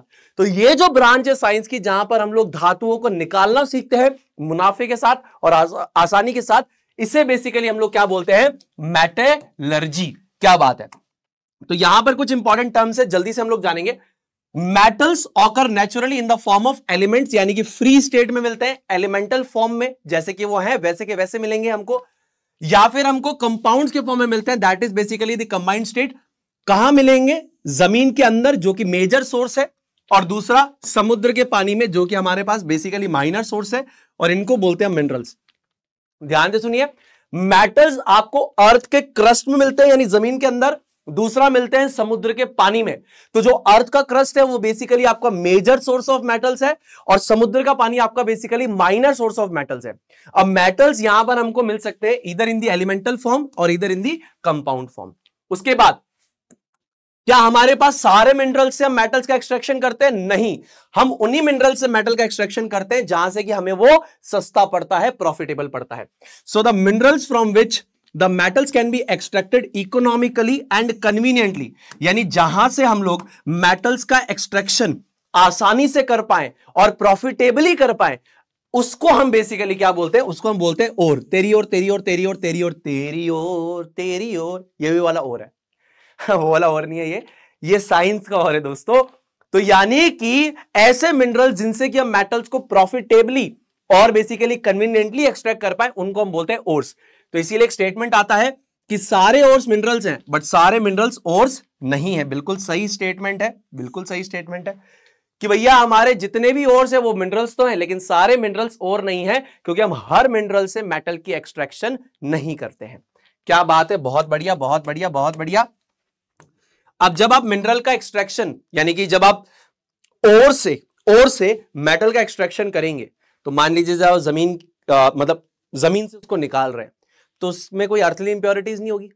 ऑब्वियसली 100% होगी, गंदगी तो ऑब्वियसली होगी।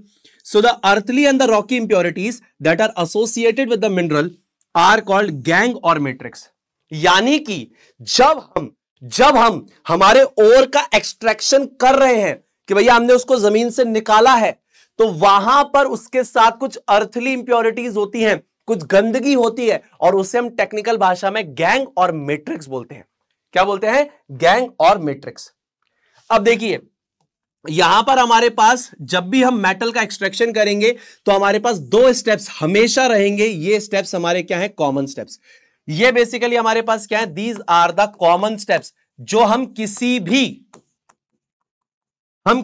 भी मेटल का एक्सट्रैक्शन जब हम ओर से करेंगे कि भैया हमने ओर निकाला, अब हम इस ओर से मेटल को एक्सट्रैक्ट करना चाहते हैं, तो इस ओर से मेटल को निकालने के लिए हमेशा दो स्टेप सारे के सारे ओर्स के लिए हम फॉलो करेंगे।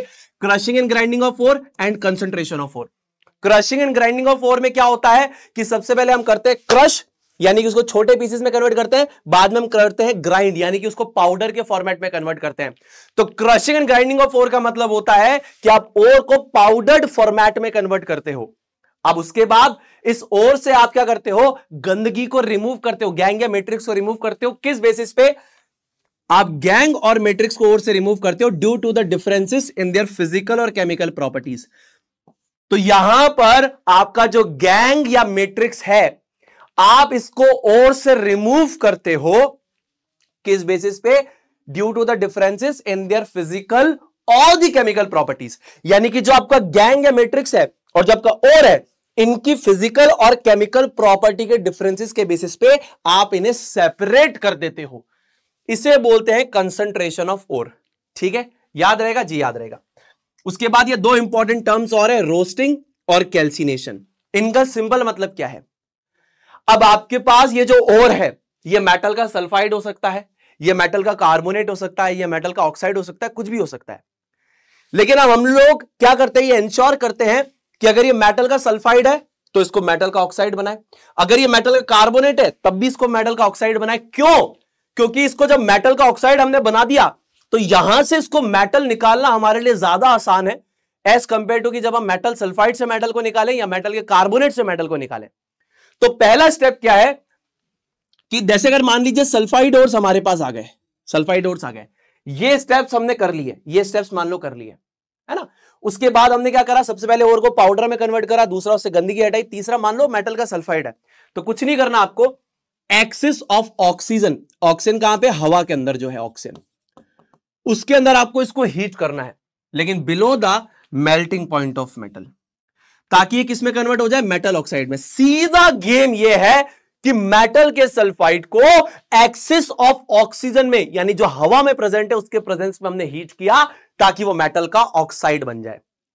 अब मेटल के ऑक्साइड के साथ में क्या निकलेगा? सल्फर डाइऑक्साइड गैस भी इवॉल्व हो जाएगी। उसी प्रकार अगर हमारे पास कार्बोनेट का ओर है, यानी मेटल की कार्बोनेट है, तो तब भी मैं इसको मेटल के ऑक्साइड में कन्वर्ट करूंगा, लेकिन यहां पर आप एब्सेंस ऑफ ऑक्सीजन में हीट करेंगे, again below the melting point of metal. ध्यान से देखिए, सल्फाइड ओर को excess of oxygen below melting point of metal, carbonate ore को absence of oxygen below the melting point of metal, और ये यहां पे कन्वर्ट हो जाएगा मेटल के ऑक्साइड में। याद रखिएगा, यहां पर कौन सी गैस बनेगी? कार्बन डाइऑक्साइड गैस का निर्माण होगा, और यहां पे सल्फर डाइऑक्साइड गैस का निर्माण होगा। तो ये है रोस्टिंग, ये है कैल्सिनेशन। ये सल्फाइड ओर को मेटल का ऑक्साइड बनाता है, यानी मेटल सल्फाइड को मेटल ऑक्साइड में कन्वर्ट करता है, ये मेटल कार्बोनेट को मेटल ऑक्साइड में कन्वर्ट करता है। क्या बात है, बहुत बढ़िया, very good very good very good very good very good very good very good. तो ये कुछ इंपॉर्टेंट टर्म्स हमने जाने। अब देखिए कुछ इंपॉर्टेंट ओर्स। तो सोडियम के ओर का नाम है rock salt, formula NaCl। Aluminium के ओर का नाम है bauxite, Al2O3 twice of H2O। Zinc के ओर का नाम है जिंक ब्लेंड और कैलामाइन, ZnS एंड ZnCO3। उसके बाद आयरन के ओर का नाम है haematite, Fe2O3, magnetite Fe3O4, iron pyrite FeS2 and siderite FeCO3। Copper के ओर का नाम है copper glance, Cu2S, Cu2O, CuFeS2। Mercury के ओर नाम है सिन्नाबार, दैट इज HGS, और लेड के ओर का नाम है गैलिना, दैट इज PbS। नाम याद कर लो, पूछे जा सकते हैं, नाम याद कर लो, पूछे जा सकते हैं। एक मैग्नीज का और बताऊंगा, पायरोलूसाइट MnO2, आगे चल के बताऊंगा। तो याद रखो, सोडियम के ओर का नाम है रॉक सॉल्ट NaCl, एल्यूमिनियम का bauxite Al2O3 twice of H2O, zinc का zinc blende that is ZnS, calamine ZnCO3, haematite Fe2O3, magnetite Fe3O4, iron pyrite FeS2, siderite FeCO3, copper glance Cu2S, cuprite Cu2O, copper pyrite CuFeS2, cinnabar HGS and galena PbS। ये इनके ores हैं, याद रखना इनका नाम। अब चलिए एक्सट्रैक्शन ऑफ मेटल को स्टार्ट करने से पहले कुछ और इंपॉर्टेंट बातें जान लें। अब ये जो हमारे पास मेटल्स हैं, ये जो मेटल्स हैं ये कैसे कैसे एग्जिस्ट करते हैं सुनील भैया? तो ये वाले जो मेटल्स है, पोटेशियम, सोडियम, कैल्शियम, मैग्नीशियम और एल्यूमिनियम, ये हमारे पास है मेटल्स ऑफ हाई रिएक्टिविटी। ये हमेशा आपको कंबाइंड फॉर्म या कंपाउंड के फॉर्म में मिलेंगे। उसके बाद जिंक, आयरन और लेड, ये basically metals of medium reactivity है, ये भी हमारे पास हमेशा कंबाइंड फॉर्म या कंपाउंड के फॉर्म में होंगे। ऊपर से नीचे आएंगे तो रिएक्टिविटी घटेगी, तो ये तो हमेशा आपको कंबाइंड फॉर्म में ही मिलेंगे। कॉपर, मरकरी और सिल्वर, ये आपको किस में मिलेंगे? ये मेटल्स ऑफ लो रिएक्टिविटी है, ये आपको free as well as combined form में मिलेंगे। और अगर आप और नीचे आ गए मेटल्स ऑफ लीस्ट रिएक्टिविटी में, तो ये हमेशा आपको फ्री स्टेट में मिलेंगे, या फिर इसको हम बोलते हैं नेटिव स्टेट या pure state. Free state, native state या प्योर स्टेट मतलब कि एलिमेंट के फॉर्म में ही मिलेंगे। तो ऊपर से नीचे रिएक्टिविटी घट रही है। Metals of high reactivity, metals of medium reactivity हमेशा कंपाउंड के फॉर्म में मिलेंगे, मेटल्स ऑफ लो रिएक्टिविटी आपको free as well as combined form में मिलेंगे, and metals of least reactivity हमेशा अकेले मिलेंगे, अकेले मिलेंगे। तो ये ऑर्डर याद होना चाहिए। अब इनकी एक्सट्रैक्शन कैसे होगी, आइए सबसे पहले मेटल्स ऑफ लो रिएक्टिविटी के बारे में चर्चा करते हैं। अब यहां पे मेटल्स ऑफ लो रिएक्टिविटी जो हमारे पास है, सल्फाइड और डिस्कशन इन कोर्स। अभी हमारे कोर्स में जो डिस्कशन दे रखा है मेटल्स ऑफ लो रिएक्टिविटी का, वो सल्फाइड की ओर से उनके, यानी जो भी मेटल्स ऑफ लो रिएक्टिविटी है, जैसे फॉर एग्जांपल कॉपर, मरकरी और सिल्वर, तो यहां पर इन मेटल्स का जो एक्सट्रैक्शन है इनके सल्फाइड ओर से दे रखा है। तो आइए जानते हैं कि हम इनको इनके सल्फाइड की ओर से कैसे बाहर निकालेंगे, फटाफट से देखते हैं। सबसे पहला स्टेप, दो स्टेप्स कॉमन रहेंगे, crushing and grinding of ore और दूसरा कंसंट्रेशन ऑफ ओर। यहां से आपको ओर जो मिलेगा पाउडर के फॉर्मेट में मिल जाता है, उस पाउडर्ड ओर को आप यहां लाएंगे, गंदगी हटाएंगे तो आपको कंसंट्रेटेड ओर मिलेगा। अब देखिए आपका कंसंट्रेटेड ओर सल्फाइड का ओर है, तो पहले मेटल के सल्फाइड को मेटल का ऑक्साइड बनाएंगे, crushing and grinding of ore, यहां से पाउडर्ड ओर आया, कंसंट्रेशन ऑफ ओर, गंदगी हटाई, कंसंट्रेटेड ओर आया। इस कंसंट्रेटेड ओर को हमने देखा कि मेटल का सल्फाइड हो तुम या मेटल का कार्बोनेट हो तुम, तो इसने बोला कि भैया मैं मेटल का सल्फाइड हूं, तो भाई तेरी करूंगा roasting roasting roasting, axis of oxygen की प्रेजेंस में तुझे करूंगा हीट, तो तू बनेगा मेटल का ऑक्साइड और साथ में निकलेगी SO2। अब यहां पे जो मेटल का ऑक्साइड आएगा उससे हमको क्या करना पड़ेगा, उस मेटल के ऑक्साइड को मेटल में कन्वर्ट करना पड़ेगा। इस स्टेप से हमें क्या मिलने वाला है, इस स्टेप से हमें मेटल की ऑक्साइड मिलने वाली है। अब मेटल की ऑक्साइड से हमें ऑक्सीजन को रिमूव कराना है, यानी कि उसका रिडक्शन करवाना है। अब यहां पे रिडक्शन करवाने के लिए हमें किसी भी रिड्यूसिंग एजेंट की जरूरत ही नहीं है, यानी फॉर एग्जांपल इनका अगर हमें यहां पर मेटल और ऑक्सीजन का ब्रेकअप करवाना है तो ब्रेकअप के एजेंट की जरूरत ही नहीं है, सिर्फ हीट करने पे ही ब्रेकअप हो जाएगा। इस प्रोसेस को बोलते हैं ऑटो रिडक्शन, यानी बिना रिड्यूसिंग एजेंट के ही मेटल और ऑक्सीजन के बीच में ब्रेकअप हो गया। तो यहां से आपको मिल जाएगा मेटल, तो आप क्या करिएगा, मेटल की साफ सफाई करिएगा। ये 5 स्टेप्स याद होने चाहिए। अब मेटल्स ऑफ लो रिएक्टिविटी में आपके पास कौन से मेटल के सल्फाइड ओर्स का डिस्कशन है, कॉपर ग्लैंस Cu2S, सिन्नाबार HgS, इन्हीं दोनों का डिस्कशन है। आइए स्टार्ट करते हैं। तो पहले 2 स्टेप्स क्या रहेंगे, crushing and grinding of ore, crushing and grinding of ore, concentration of ore, concentration of ore. अब ये दोनों मेटल के सल्फाइड है, तो क्या करना पड़ेगा, जल्दी से बताओ क्या करना पड़ेगा, रोस्टिंग करना पड़ेगा। तो step 3 roasting, common in both the metals. क्या करेंगे अब इसके अंदर बताओ, इसको क्या करेंगे, axis of oxygen that is from the air, इसके प्रेजेंस में हीट करेंगे। Axis of oxygen from the air, इसके प्रेजेंस में क्या करेंगे, हीट करेंगे। तो मेटल के सल्फाइड को axis of oxygen from air के प्रेजेंस में हीट करेंगे, तो ये बनाएगा मेटल का ऑक्साइड और साथ में बनाएगा सल्फर डाइऑक्साइड गैस। इसी प्रोसेस को क्या बोलते हैं, रोस्टिंग बोलते हैं।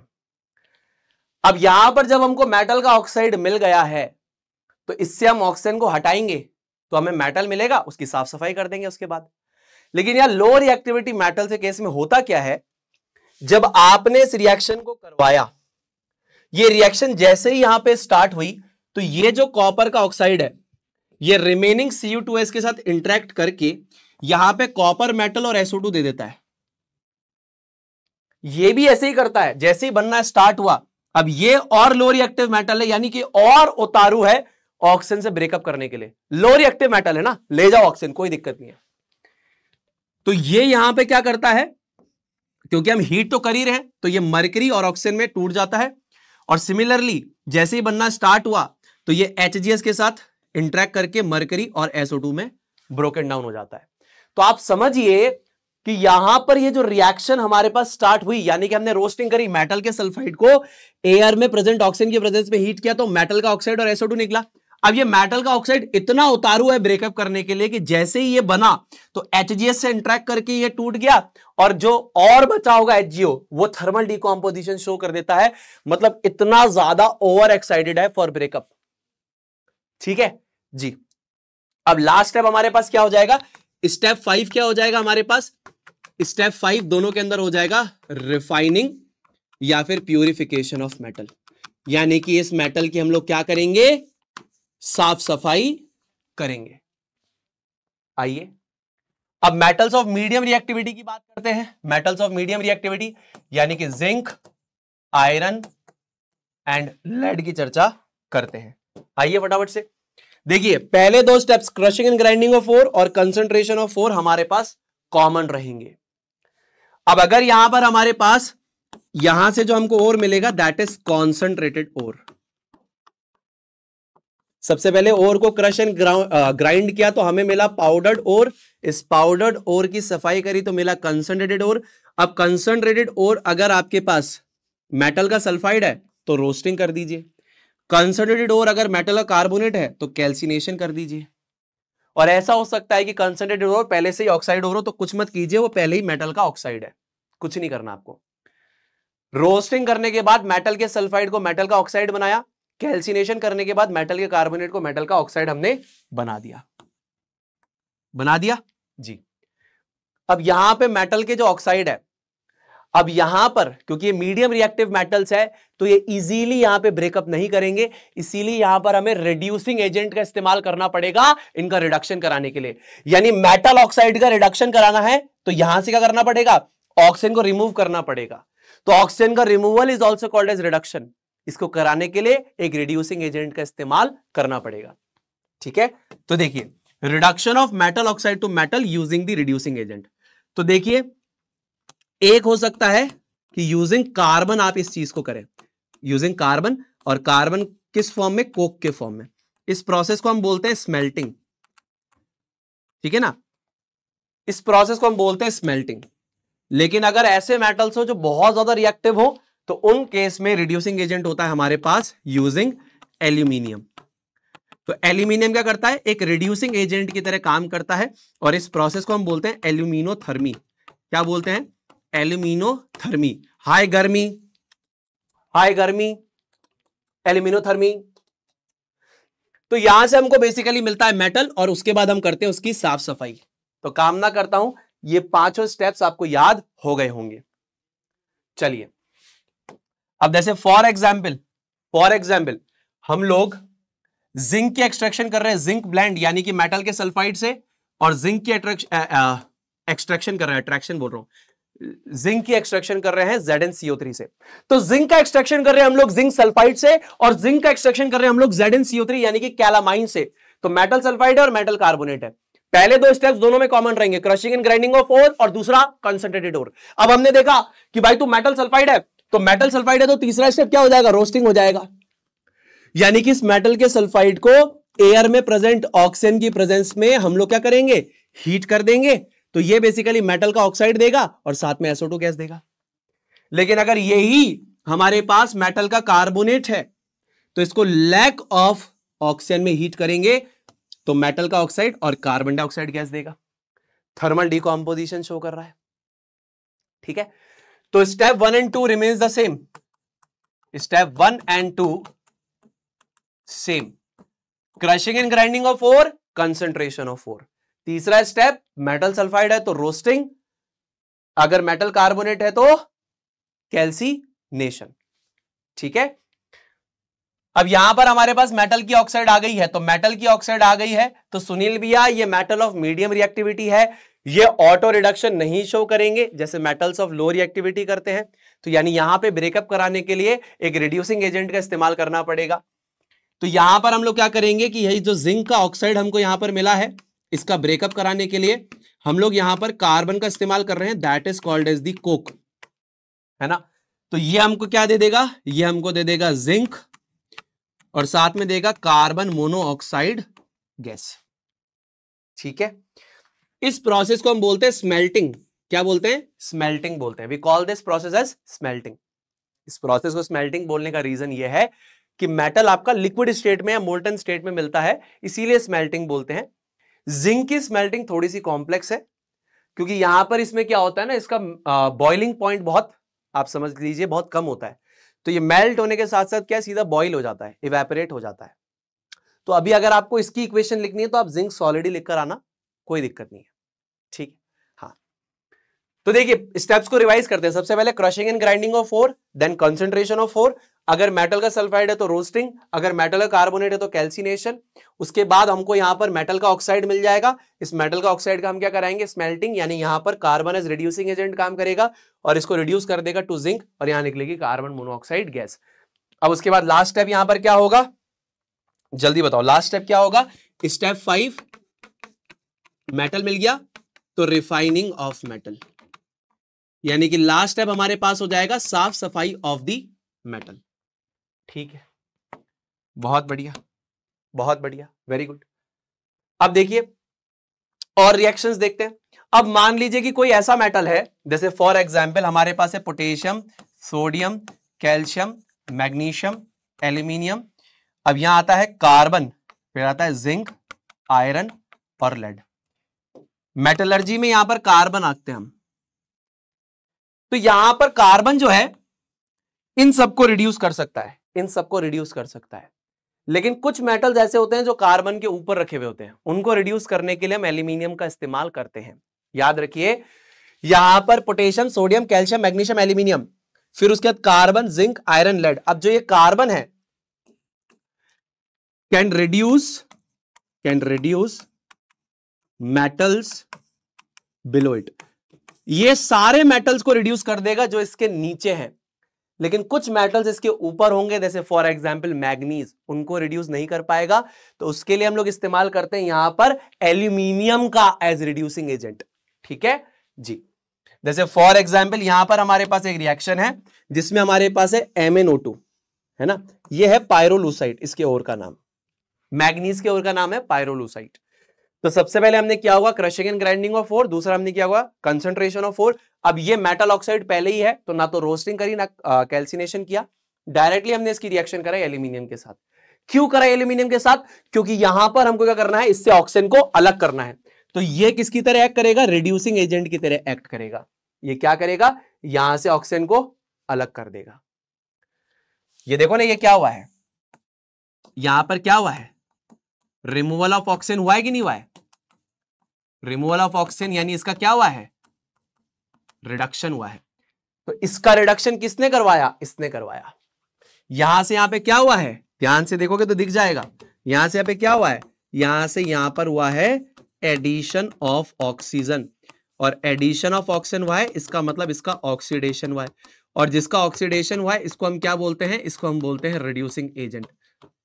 तो एल्यूमिनियम हमारा क्या हो जाएगा, रिड्यूसिंग एजेंट, और ये हमारे पास क्या हो जाएगा, ये हमारे पास हो जाएगा ऑक्सीडाइजिंग एजेंट। मेरी छोटी छोटी बातें समझ में आ रही है सभी को।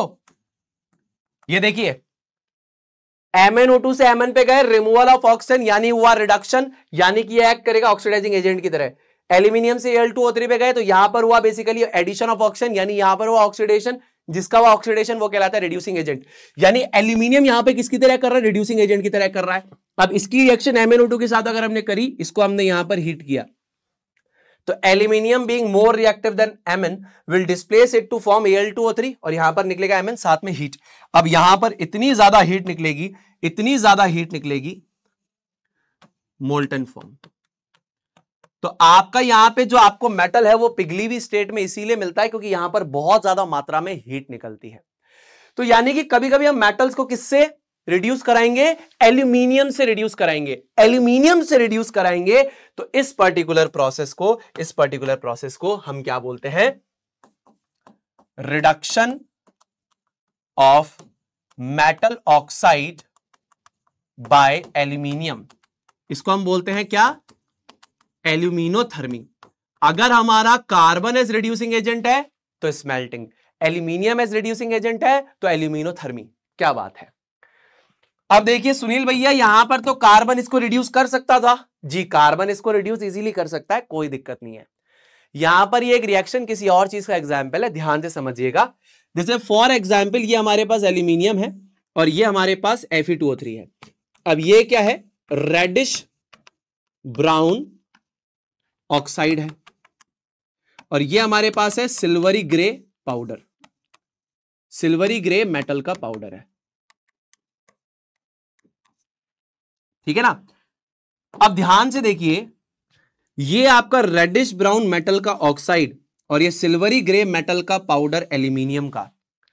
अगर आप इनको लेते हैं और अगर आप इनको इग्नाइट करते हैं मैग्नीशियम रिबन से, किससे इग्नाइट करते हैं? मैग्नीशियम रिबन से अगर आप इसको इग्नाइट करते हैं तो एल्यूमिनियम की रिएक्टिविटी क्योंकि आयरन से ज्यादा है, ये इसको डिस्प्लेस करके क्या बना देगा? Al2O3 बना देगा, साथ में Fe, साथ में निकलेगी हीट। याद रखिएगा इस हीट की वजह से ये क्या आ जाएगा? मोल्टन या फिर फ्यूज्ड फॉर्म में आएगा, यानी कि पिघले हुए स्टेट में आ जाएगा just because of this heat. तो यहां पर ये जो रिएक्शन है ये किस रिएक्शन का एग्जाम्पल है? This reaction is also classified as a thermite reaction, यानी कि इस रिएक्शन को हम थर्माइट रिएक्शन कहते हैं। ये थर्माइट रिएक्शन का एक प्रकार है। थर्माइट रिएक्शंस में क्या होता है? एक मेटल का ऑक्साइड होता है और एक मेटल का पाउडर होता है और इनके बीच में रिएक्शन होती है और काफी ज्यादा हीट निकलती है। तो यहां पर मेटल का ऑक्साइड कौन सा था? Fe2O3 मेटल का ऑक्साइड था और दूसरा मेटल का पाउडर एल्यूमिनियम का था। इनको हमने इग्नाइट करा मैग्नीशियम के रिबन से, बन गया Al2O3, साथ में निकला Fe, साथ में निकली हीट। तो हीट की वजह से आयरन जो है वो बेसिकली मोल्टन या फिर लिक्विड स्टेट में निकलेगा। ठीक है, तो ये जो रिएक्शन है this is nothing but an example of a thermite reaction. कामना करता हूं समझ में आया होगा। और यहां पर ये जो रिएक्शन है जिससे आयरन लिक्विड स्टेट में आया है, इससे बेसिकली हम क्या करते हैं? Welding the broken parts of iron machinery and the railway tracks. एक तरीके से रेलवे के ट्रैक्स को हम जोड़ने के काम में आते हैं, है ना। तो यहां पर जो है लोहा पिघले हुए स्टेट में निकला है तो ट्रैक्स के बीच में चला जाएगा, थोड़ी देर के बाद ठंडा होने के बाद सॉलिडिफाई हो जाएगा। तो चीजों को जोड़ने के लिए भी हम इस रिएक्शन का इस्तेमाल करते हैं। रिएक्शंस को और थोड़ा दोनों को एनालाइज कीजिए तो दोनों की दोनों क्या है? एक मेटल ने दूसरे मेटल को डिस्प्लेस करा है तो डिस्प्लेसमेंट रिएक्शन है, काफी ज्यादा हीट निकल रही है इसलिए एक्सोथर्मिक है, और दोनों की दोनों रिएक्शंस रिडॉक्स भी है। जितनी भी संसार में डिस्प्लेसमेंट रिएक्शंस होंगी सारी रिडॉक्स होंगी। ये भी रिडॉक्स है, ये भी रिडॉक्स है। ठीक है, चलो आगे। अब बात करते हैं extraction of metals of high reactivity, यानी कि पोटेशियम, सोडियम, कैल्शियम, मैग्नीशियम और एल्यूमिनियम। अब इनके अंदर देखिए क्या स्टेप्स है। सबसे पहला crushing and grinding of ore, इससे हमें क्या मिल जाएगा? Powdered ore. उसके बाद कंसंट्रेशन ऑफ ओर, इससे हमें क्या मिल जाएगा? Concentrated ore. अब इनके लिए आपको इसके बाद, क्योंकि ये कैसे एग्जिस्ट करते हैं आपको मैं बता दूं, ये एग्जिस्ट करते हैं एज ऑक्साइड्स और chlorides. Ores exist as oxides और क्लोराइड्स। इन सिलेबस अभी हमारे यही है। तो ये potassium, sodium, calcium, magnesium, aluminium, इनके जो ओर्स एग्जिस्ट करते हैं that exist as metal oxides और मेटल क्लोराइड्स। तो मेटल ऑक्साइड्स और मेटल क्लोराइड्स के लिए ना तो रोस्टिंग करने की जरूरत है, ना ही कैल्सिनेशन करने की जरूरत है, पहले ही मेटल के ऑक्साइड के फॉर्म में अवेलेबल है। उसके बाद यहां पर आप इनको रिड्यूस कराने के लिए ना तो कार्बन का इस्तेमाल कर सकते हैं ना एल्यूमिनियम का इस्तेमाल कर सकते हैं। सबसे हाईली रिएक्टिव मेटल्स है, तुम इनको कैसे दूर करोगे ऑक्सीजन से? ये सबसे ज्यादा रिएक्टिव मेटल्स है। तो यहां पर हम स्पेशल रिडक्शन प्रोसेस का इस्तेमाल करते हैं, इलेक्ट्रोलाइटिक रिडक्शन। इससे आपको सीधा प्योर मेटल मिलता है। याद रखना मेटल्स ऑफ हाई रिएक्टिविटी के लिए ना तो कैल्सिनेशन करते हैं ना तो रोस्टिंग करते हैं, पहले ही देखो मेटल के ऑक्साइड के फॉर्म में या क्लोराइड के फॉर्म में है। दूसरा, ये बेवकूफी मत करना कि यहां पर एल्यूमिनियम या कार्बन से रिडक्शन कराओ, ये सबसे ऊपर वाले मेटल्स हैं, सबसे ऊपर वाले मेटल्स हैं। कार्बन इनको रिड्यूस कभी भी नहीं कर सकता, ना ही एल्यूमिनियम इनको रिड्यूस कर सकता है। तो इनके लिए हम जो प्रोसेस का इस्तेमाल करेंगे वो होगा इलेक्ट्रोलाइटिक रिडक्शन। अब देखिए यहां पर क्या किया जाएगा। इलेक्ट्रोलाइटिक रिडक्शन सबसे पहले हम किसका पढ़ रहे हैं? हम लोग यहां पर पढ़ रहे हैं इलेक्ट्रोलाइटिक रिडक्शन ऑफ NaCl, है ना। Electrolytic reduction of NaCl, electrolytic reduction of molten NaCl। तो नेम ऑफ ओर क्या हो जाएगा? Rock salt. यानी कि भैया हमारे जो रॉक सॉल्ट है उससे बेसिकली हम लोग सोडियम को ऑब्टेन करेंगे। सोडियम के ओर का नाम बेसिकली क्या है हमारे पास? रॉक सॉल्ट, यानी कि NaCl, और इससे बेसिकली हम ऑब्टेन करेंगे सोडियम के मेटल को। तो यहां पर हमें क्या करना पड़ेगा? देखिए यहां पर हमें क्या करना पड़ेगा कि NaCl से बेसिकली हम Na को एक्सट्रैक्ट करना चाहते हैं। तो देखिए हम कैसे करेंगे। सबसे पहले हमारे पास यहां पर हो जाएगी एक इलेक्ट्रोलाइटिक टैंक। सबसे पहले हमारे पास क्या हो जाएगी? एक इलेक्ट्रोलाइटिक टैंक हमारे पास हो जाएगी। क्या बात है, बहुत ही बढ़िया सी टैंक हमारे पास है, that is called as electrolytic tank. उसके अंदर हम क्या डालेंगे, पिघला हुआ NaCl डालेंगे, यानी कि यही और डालेंगे मोल्टन फॉर्म में, ठीक है ना, मोल्टन फॉर्म में। सो मोल्टन या फिर फ्यूज्ड NaCl जो हमारे पास है, that is the strong electrolyte. Strong electrolyte हमारे पास है मोल्टन या फिर फ्यूज्ड NaCl। स्ट्रॉन्ग इलेक्ट्रोलाइट का मतलब होता है कि कंप्लीटली आयंस में टूट जाएगा और उसके बाद आयंस इलेक्ट्रिसिटी कंडक्ट करेंगे। स्ट्रॉन्ग इलेक्ट्रोलाइट का मतलब है कंप्लीटली आयंस में टूट जाएगा और उसके बाद आयंस इलेक्ट्रिसिटी कंडक्ट करेंगे। उसके बाद यहां पर अगर आप देखेंगे तो ये जो इनर्ट इलेक्ट्रोड्स है, इनर्ट इलेक्ट्रोड्स किसकी हैं, आपके ग्रेफाइट या फिर प्लेटिनम की होती हैं। इनर्ट का मतलब क्या होता है, डोंट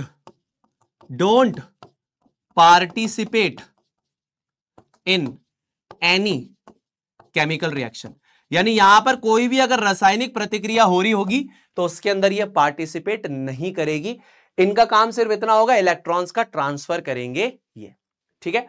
तो सबसे पहले हमारे पास इलेक्ट्रोलाइटिक टैंक है, उसके अंदर मोल्टन या फ्यूज्ड NaCl हमारे पास स्ट्रॉन्ग इलेक्ट्रोलाइट है। मोल्टन या फ्यूज्ड NaCl वो हमारा स्ट्रॉन्ग इलेक्ट्रोलाइट है। स्ट्रॉन्ग इलेक्ट्रोलाइट का मतलब है कंप्लीटली आयंस में टूट जाएगा। उसके बाद जो हमारे पास यहां पर इलेक्ट्रोड्स है वो बेसिकली ग्रेफाइट या प्लेटिनम की है, रिएक्शन में पार्टिसिपेट नहीं करेगी। अब देखिए, आपको छोटी छोटी बातें मैंने बता रखी है। देखिए, ऑयल रिग लेकर तुम भंगड़ा पाओ NCR में, ऑयल रिग लेकर तुम भंगड़ा पाओ NCR में, ऑयल रिग लेकर तुम भंगड़ा पाओ NCR में।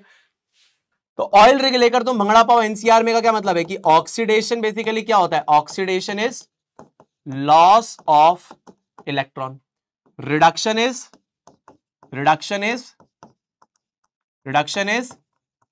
गेन ऑफ इलेक्ट्रॉन और इलेक्ट्रॉन्स। तो oxidation is loss of electrons, reduction is gain of electrons. इसका मतलब क्या है, इसका मतलब है पॉजिटिव एनोड और एनोड के ऊपर होता है ऑक्सीडेशन, और इसका मतलब क्या होता है, नेगेटिव कैथोड, और कैथोड के ऊपर होता है रिडक्शन। छोटी सी ट्रिक से देखो, एक सारी चीजें बता दी। ऑयल रिग लेकर तुम भंगड़ा पाओ NCR में, oxidation is loss of electrons, reduction is gain of electrons, positive anode होता है, एनोड पे ऑक्सीडेशन होता है, नेगेटिव कैथोड होता है, कैथोड पे रिडक्शन होता है। तो यानी अगर यहां पे पॉजिटिव है तो ये वाला इलेक्ट्रोड हमारा पॉजिटिव होगा, पॉजिटिव इलेक्ट्रोड मतलब यहां पर होगा एनोड, और ये नेगेटिव है, यहां पे नेगेटिव होगा, नेगेटिव इज बेसिकली कैथोड, और कैथोड पे बेसिकली हमारे पास क्या होता है, रिडक्शन होता है। क्या बात है सुनील भैया, मजा आ गया। अब देखिए यहां पर क्या होगा, इलेक्ट्रोलाइटिक टैंक लिया, मोल्टन या फ्यूज्ड NaCl लिया, ये आयंस में टूटा होगा, ये हमारे पास इलेक्ट्रोड्स हैं, इनर्ट इलेक्ट्रोड्स हैं, रिएक्शन में पार्टिसिपेट नहीं करेंगे, ग्रेफाइट और प्लेटिनम की है।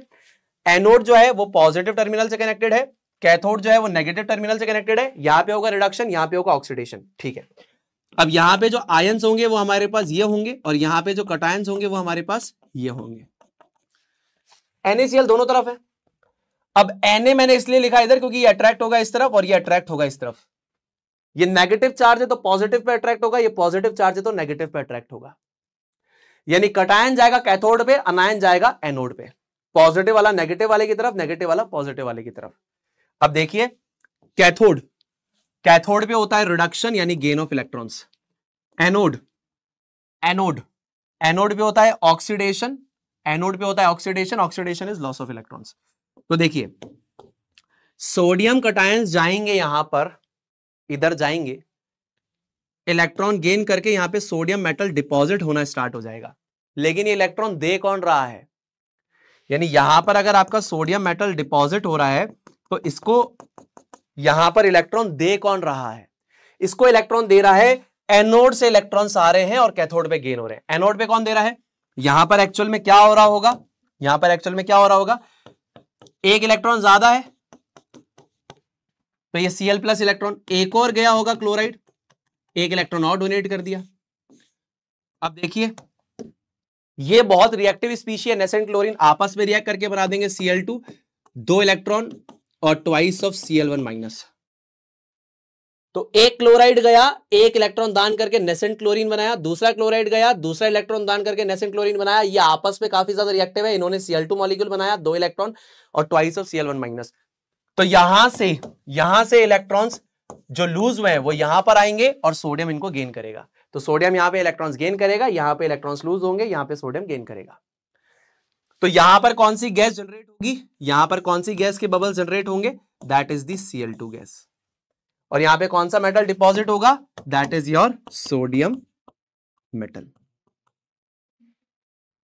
तो इस तरीके से हमें यहां पर क्या मिल जाएगा, pure pure pure pure pure pure pure metal.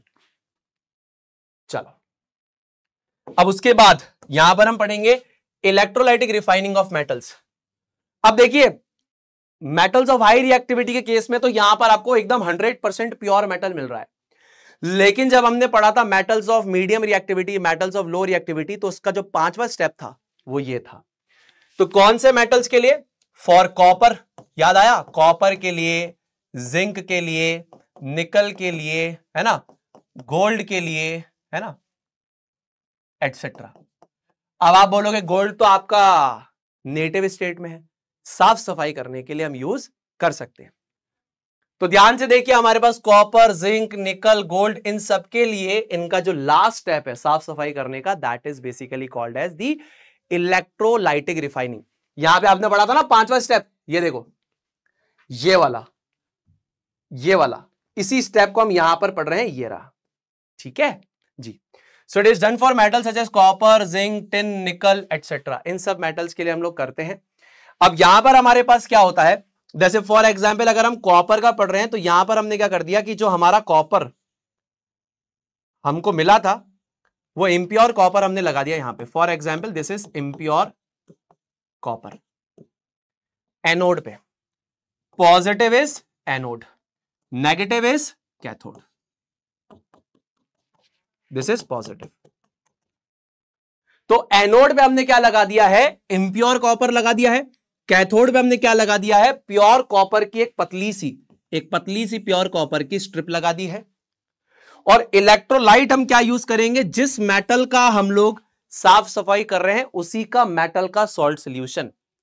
Metal का सॉल्ट सॉल्यूशन किसका होगा, जिसकी रिफाइनिंग होगी, है ना, जिस मेटल की रिफाइनिंग होगी उसका सॉल्ट सॉल्यूशन होगा। समझ में आ गई बात। किसकी रिफाइनिंग कर रहे हैं, कॉपर की रिफाइनिंग कर रहे हैं। यानी यहां पर हमने गंदा कॉपर लगाया है जिसको हमें साफ करना है, यहां पर प्योर कॉपर की स्ट्रिप लगाई है और यहां पर इलेक्ट्रोलाइट लगाई है जिस मेटल की साफ सफाई करनी है। इलेक्ट्रोलाइट का मतलब क्या होता है, जो कि आयंस में टूट जाता है और इलेक्ट्रिसिटी कंडक्ट करता है। जी भैया। अब देखिए यहां पर हमारे पास जो अवेलेबल आयंस है, जो आपके सिलेबस में है उसी चीज का डिस्कशन कर रहा हूं। तो अवेलेबल आयंस कौन कौन से हैं हमारे पास, जैसे मान लीजिए ये कॉपर सल्फेट टूटेगा तो Cu2+ और SO4 2- की हम चर्चा करेंगे। कॉपर सल्फेट सॉल्यूशन, यानी कॉपर सल्फेट को पानी में डिसॉल्व कराया है तो पानी के जो आयंस होंगे दैट इज बेसिकली H+ और दूसरा बेसिकली हो जाएगा OH1-। तो ये सारे आयंस यहां अवेलेबल होंगे। पानी की वजह से जो आयंस अवेलेबल होंगे that is H+ and OH-, and copper sulphate की वजह से जो आयंस अवेलेबल होंगे that is Cu2+ and SO4 2-। ये आयंस यहां पर अवेलेबल होंगे। ठीक है जी सुनील भैया, जी सुनील भैया। अब ध्यान से देखिए, रिएक्शन एट एनोड और रिएक्शन एट कैथोड। सबसे पहले एनोड की बात करते हैं। तो एनोड के ऊपर हमारे पास क्या है बेसिकली, अब ये दोनों इलेक्ट्रोड्स क्या हैं, इनर्ट इलेक्ट्रोड नहीं है। यहां पर जो इलेक्ट्रोड्स थे वो कैसे थे, इनर्ट इलेक्ट्रोड्स थे, रिएक्शन में पार्टिसिपेट नहीं कर रहे हैं।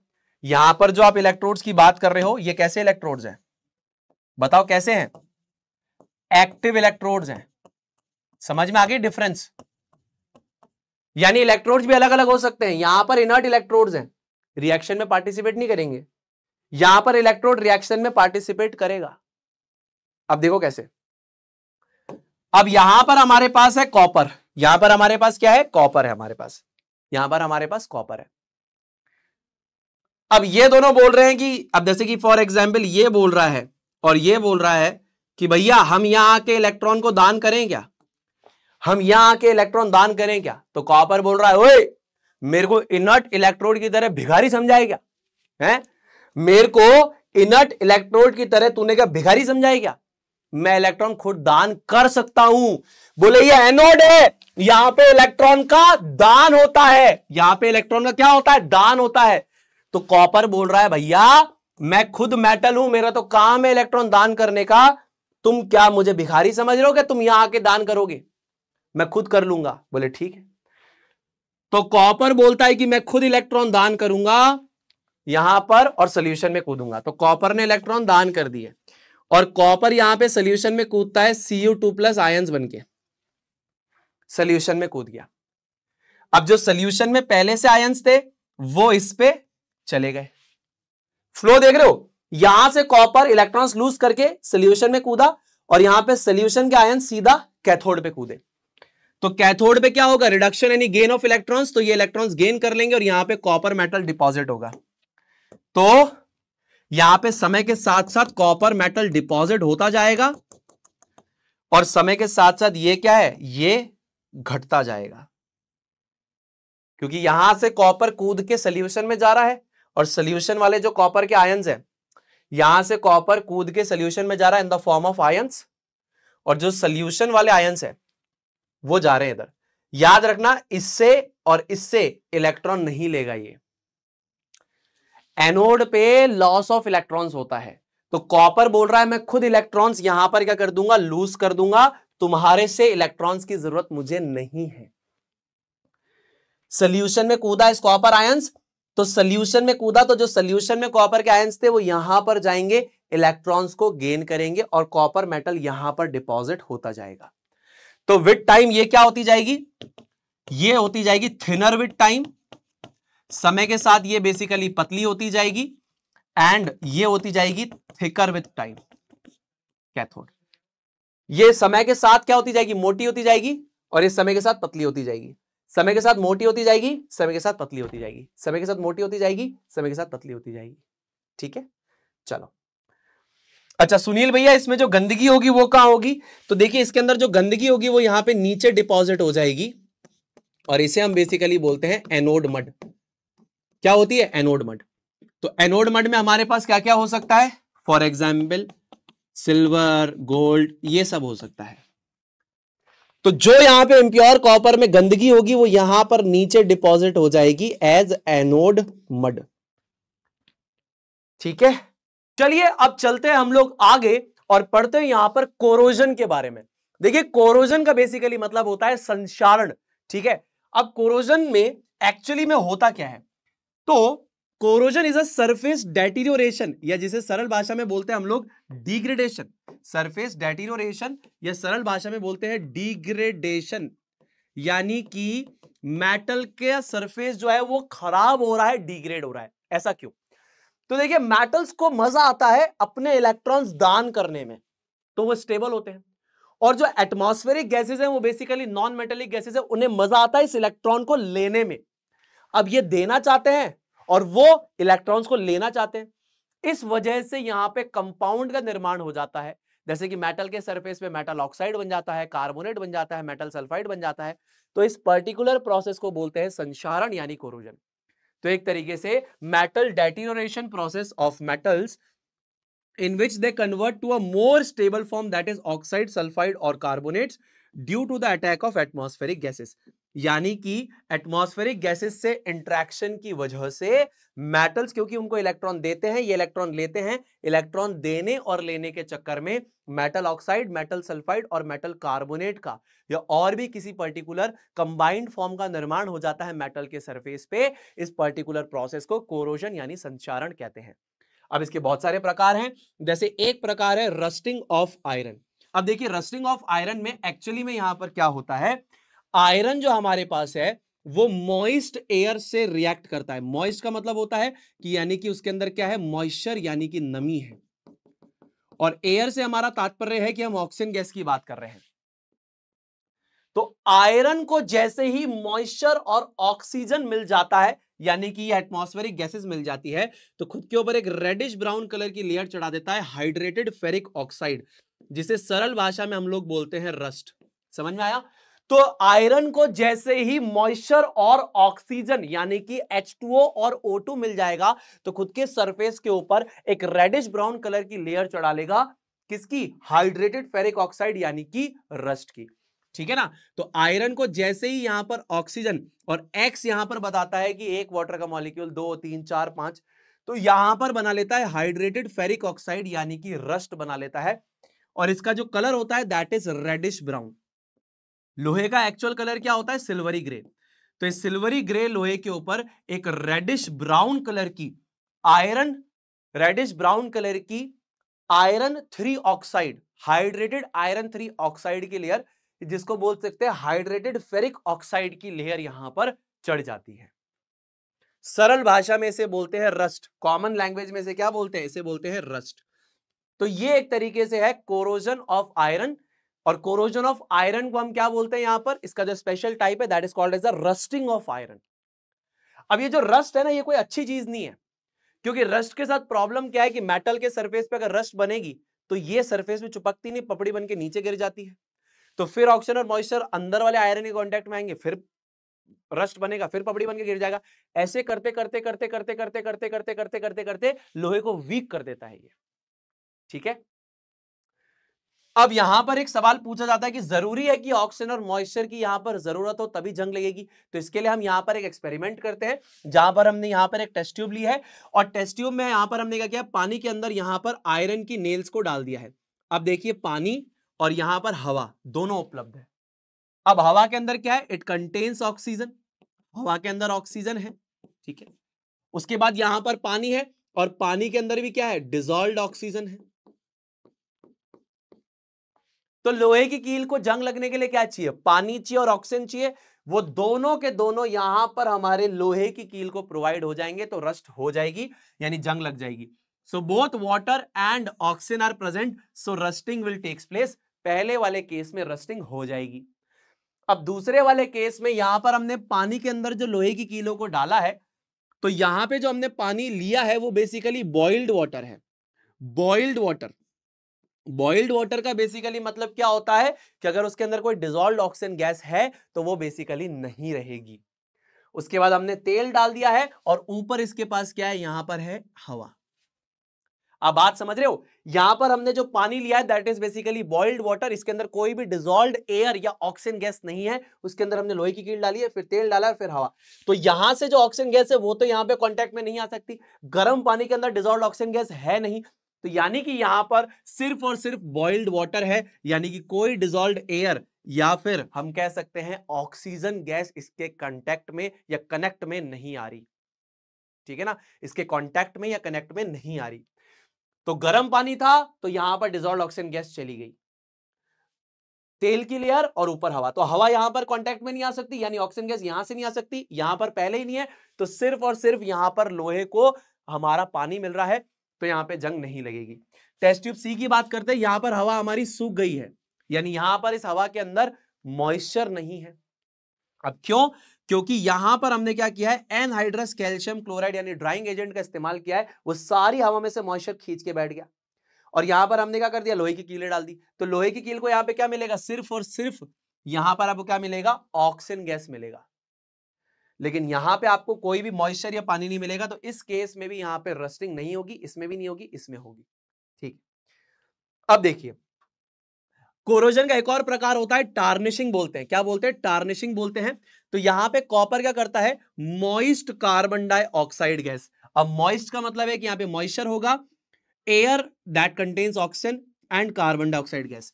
तो कार्बन डाइऑक्साइड गैस ऑक्सीजन और मॉइस्चर के कनेक्ट में आने से हमारा ये शाइनी ब्राउन कॉपर खुद के ऊपर CuCO3.CuOH होल ट्वाइस, जिसे हम क्या बोलते हैं? बेसिक कॉपर कार्बोनेट बोलते हैं। क्या बोलते हैं? बेसिक कॉपर कार्बोनेट बोलते हैं, या फिर हम इसको और भी दूसरे नाम से कैसे जानते हैं?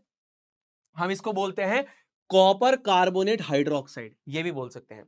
तो बेसिक कॉपर कार्बोनेट, या फिर ये पहला नाम, या फिर इसका दूसरा नाम है कॉपर कार्बोनेट हाइड्रोक्साइड। इसकी लेयर बना लेता है। कौन से कलर की? ग्रीन कलर की लेयर है, जैसा कि आप स्टैच्यू ऑफ लिबर्टी के ऊपर देख सकते हैं। तो कॉपर एयर में प्रेजेंट कार्बन डाइऑक्साइड, ऑक्सीजन और मॉइस्चर से इंटरेक्ट करके CuCO3.CuOH वोल्टवाइज की लेयर बनाता है, जिसे बेसिक कॉपर कार्बोनेट या कॉपर कार्बोनेट हाइड्रोक्साइड कहते हैं। इस लेयर का नाम क्या है? इस लेयर का जो कॉमन नेम है that is called as patina. क्या नाम है इसका? नाम है पटीना। जैसे रस्ट का जो कॉमन नेम हमारे पास क्या था, मतलब हाइड्रेटेड फेरिक ऑक्साइड का कॉमन नेम क्या था? Rust rust rust. इसका है patina patina patina patina patina. अब पटीना हमारे पास कैसी होती है? एक प्रोटेक्टिव लेयर होती है। कैसी लेयर है? Protective layer. अब आप बोलोगे प्रोटेक्टिव लेयर कैसे है? जैसे रस्ट के साथ क्या है कि लोहे पे बनेगी तो वो पपड़ी बन के गिर जाएगी, अंदर वाला जो लोहे का मेटल है ऑक्सीजन और मॉइस्चर के कांटेक्ट में फिर से आएगा। एक बार अगर पटीना मेटल के सरफेस पे बनी तो कभी भी मेटल के सरफेस को छोड़ के नहीं जाएगी। प्रोटेक्टिव लेयर क्यों? Because it sticks to metal surface. ये मेटल सरफेस पे चिपक जाती है एंड प्रोटेक्ट्स मेटल अंडरनीथ। इसके नीचे जो मेटल है उसको बेसिकली प्रोटेक्ट करती है, इसीलिए ये जो लेयर है इसे हम बोलते हैं प्रोटेक्टिव लेयर। तो टार्निशिंग एक बढ़िया तरीके का कोरोजन है जिसके अंदर एक प्रोटेक्टिव लेयर का निर्माण हो जाता है जो मेटल के सरफेस पे चिपक जाती है और अंदर वाले मेटल को बचाती है।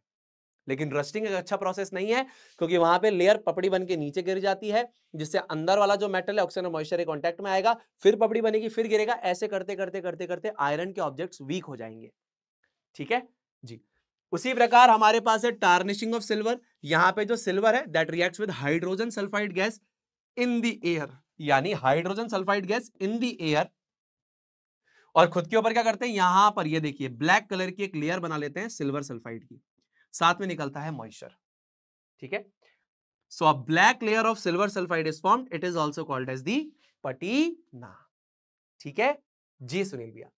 अब देखिए सुनील भैया, अगर हमें कोरोजन को रोकना है, अब जैसे कोरोजन कॉपर और सिल्वर के केस में तो पॉजिटिव है, आयरन के केस में नेगेटिव है, उसे कैसे रोक सकते हैं?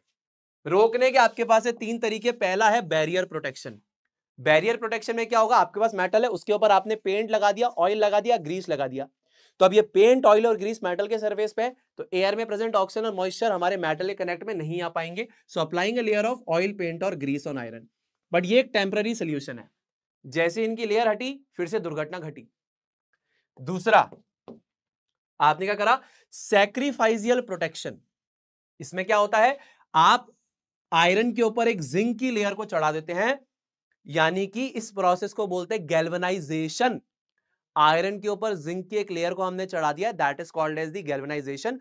मोल्टन जिंक हमारे पास होता है, आयरन के ऑब्जेक्ट को साफ करते हैं, मोल्टन जिंक में डुबाते हैं, उसके ऊपर एक जिंक की लेयर आगे ठंडा करने के लिए रख देते हैं, that is called as galvanization. अब इससे बेसिकली हमारे पास होता क्या है? देखिए, ये लेयर आपके बैरियर की तरह तो एक्ट करती है।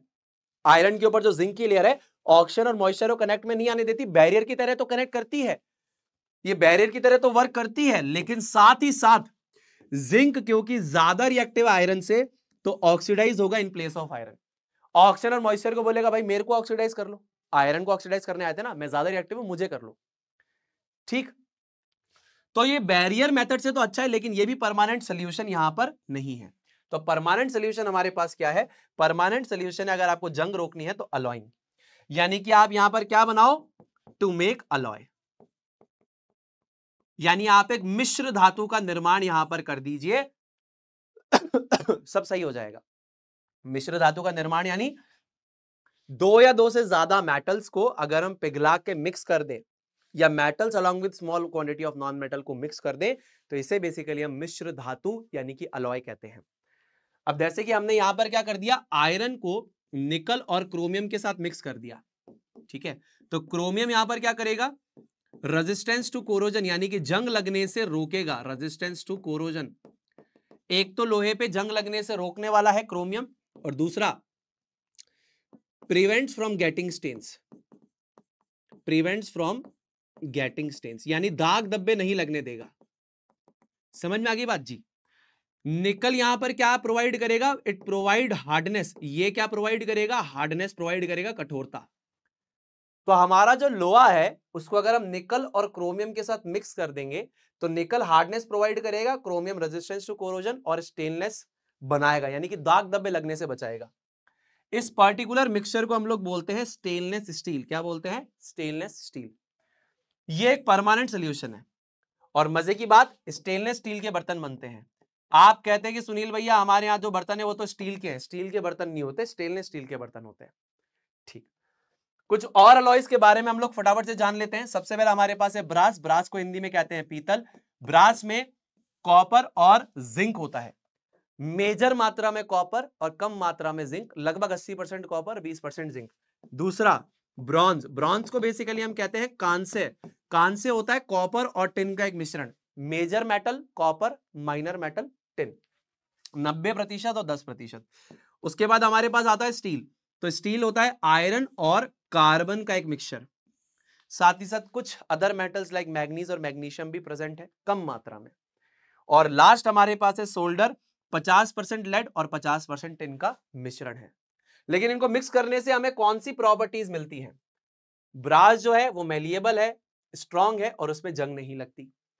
ब्रॉन्ज जो है स्ट्रॉन्ग है, उसमें जंग नहीं लगती। स्टील, अब जैसे लोहा है तो लोहा इतना हार्ड नहीं है और उसकी जो टेंसाइल स्ट्रेंथ है बहुत कम है, यानी कि अगर आप उसको खींचोगे ना तो आसानी से टूट जाएगा। लेकिन यहां पर अगर हम स्टील की बात करें, स्टील के अंदर क्योंकि आयरन के साथ हमने कार्बन को मिक्स किया है तो एक तो यह हार्ड है और दूसरा इसकी हार्ड हाई टेंसाइल स्ट्रेंथ है, यानी कि अगर आप खींचोगे तो आसानी से टूटेगा नहीं। लेड और टिन की वजह से यहां पर क्या आता है? लोअर मेल्टिंग पॉइंट आता है सोल्डर की वायर का। आपने देखा भी होगा वायर्स को जोड़ने के लिए हम बोलते हैं टाका लगवाने जा रहे हैं, तो वो जो मदरबोर्ड के ऊपर छोटे छोटे सिल्वर के डॉट्स होते हैं वो सोल्डर की वायर से आपने ज्वाइनिंग की हुई है, आपकी इलेक्ट्रिकल वायर्स को या सर्किट्स को ज्वाइन किया हुआ है। क्यों? क्योंकि इसका मेल्टिंग पॉइंट बहुत कम है। हल्का सा आपने गर्म किया है, पिघल जाता है और वहां पर जाकर ये डिपॉजिट हो जाएगा, थोड़ी देर बाद ठंडा हो जाएगा तो सॉलिडिफाई हो जाएगा। तो ये वायर्स को जोड़ता है या चीजों को, कंपोनेंट्स को जोड़ने के काम में आता है। सो it is used for joining the electrical wires together. Steel construction में यूज किया जाता है। ब्रॉन्ज से कॉइन और बेल्स बनाई जाती है और ब्रास से यूटेंसिल्स एंड स्क्रूज बनाए जाते हैं। ठीक है, ये बात याद रहेगी जी सुनील भैया, याद रहेगी। पांचवा हमारे पास होता है अमलगम।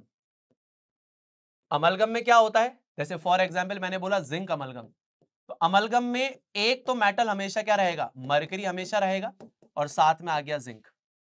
ठीक है ना? जैसे मान लीजिए मैंने बोला डेंटल अमलगम बोल दिया, यानी जो दांतों के अंदर अपन मसाला भरते हैं, तो मरकरी इज कांस्टेंट और साथ में आप या सिल्वर या फिर गोल्ड वाला डलवा सकते हैं। तो कहते हैं ना हमने दांतों में चांदी भरवाई है या बेसिकली सोना भरवाया है, तो दैट इज डेंटल अमलगम।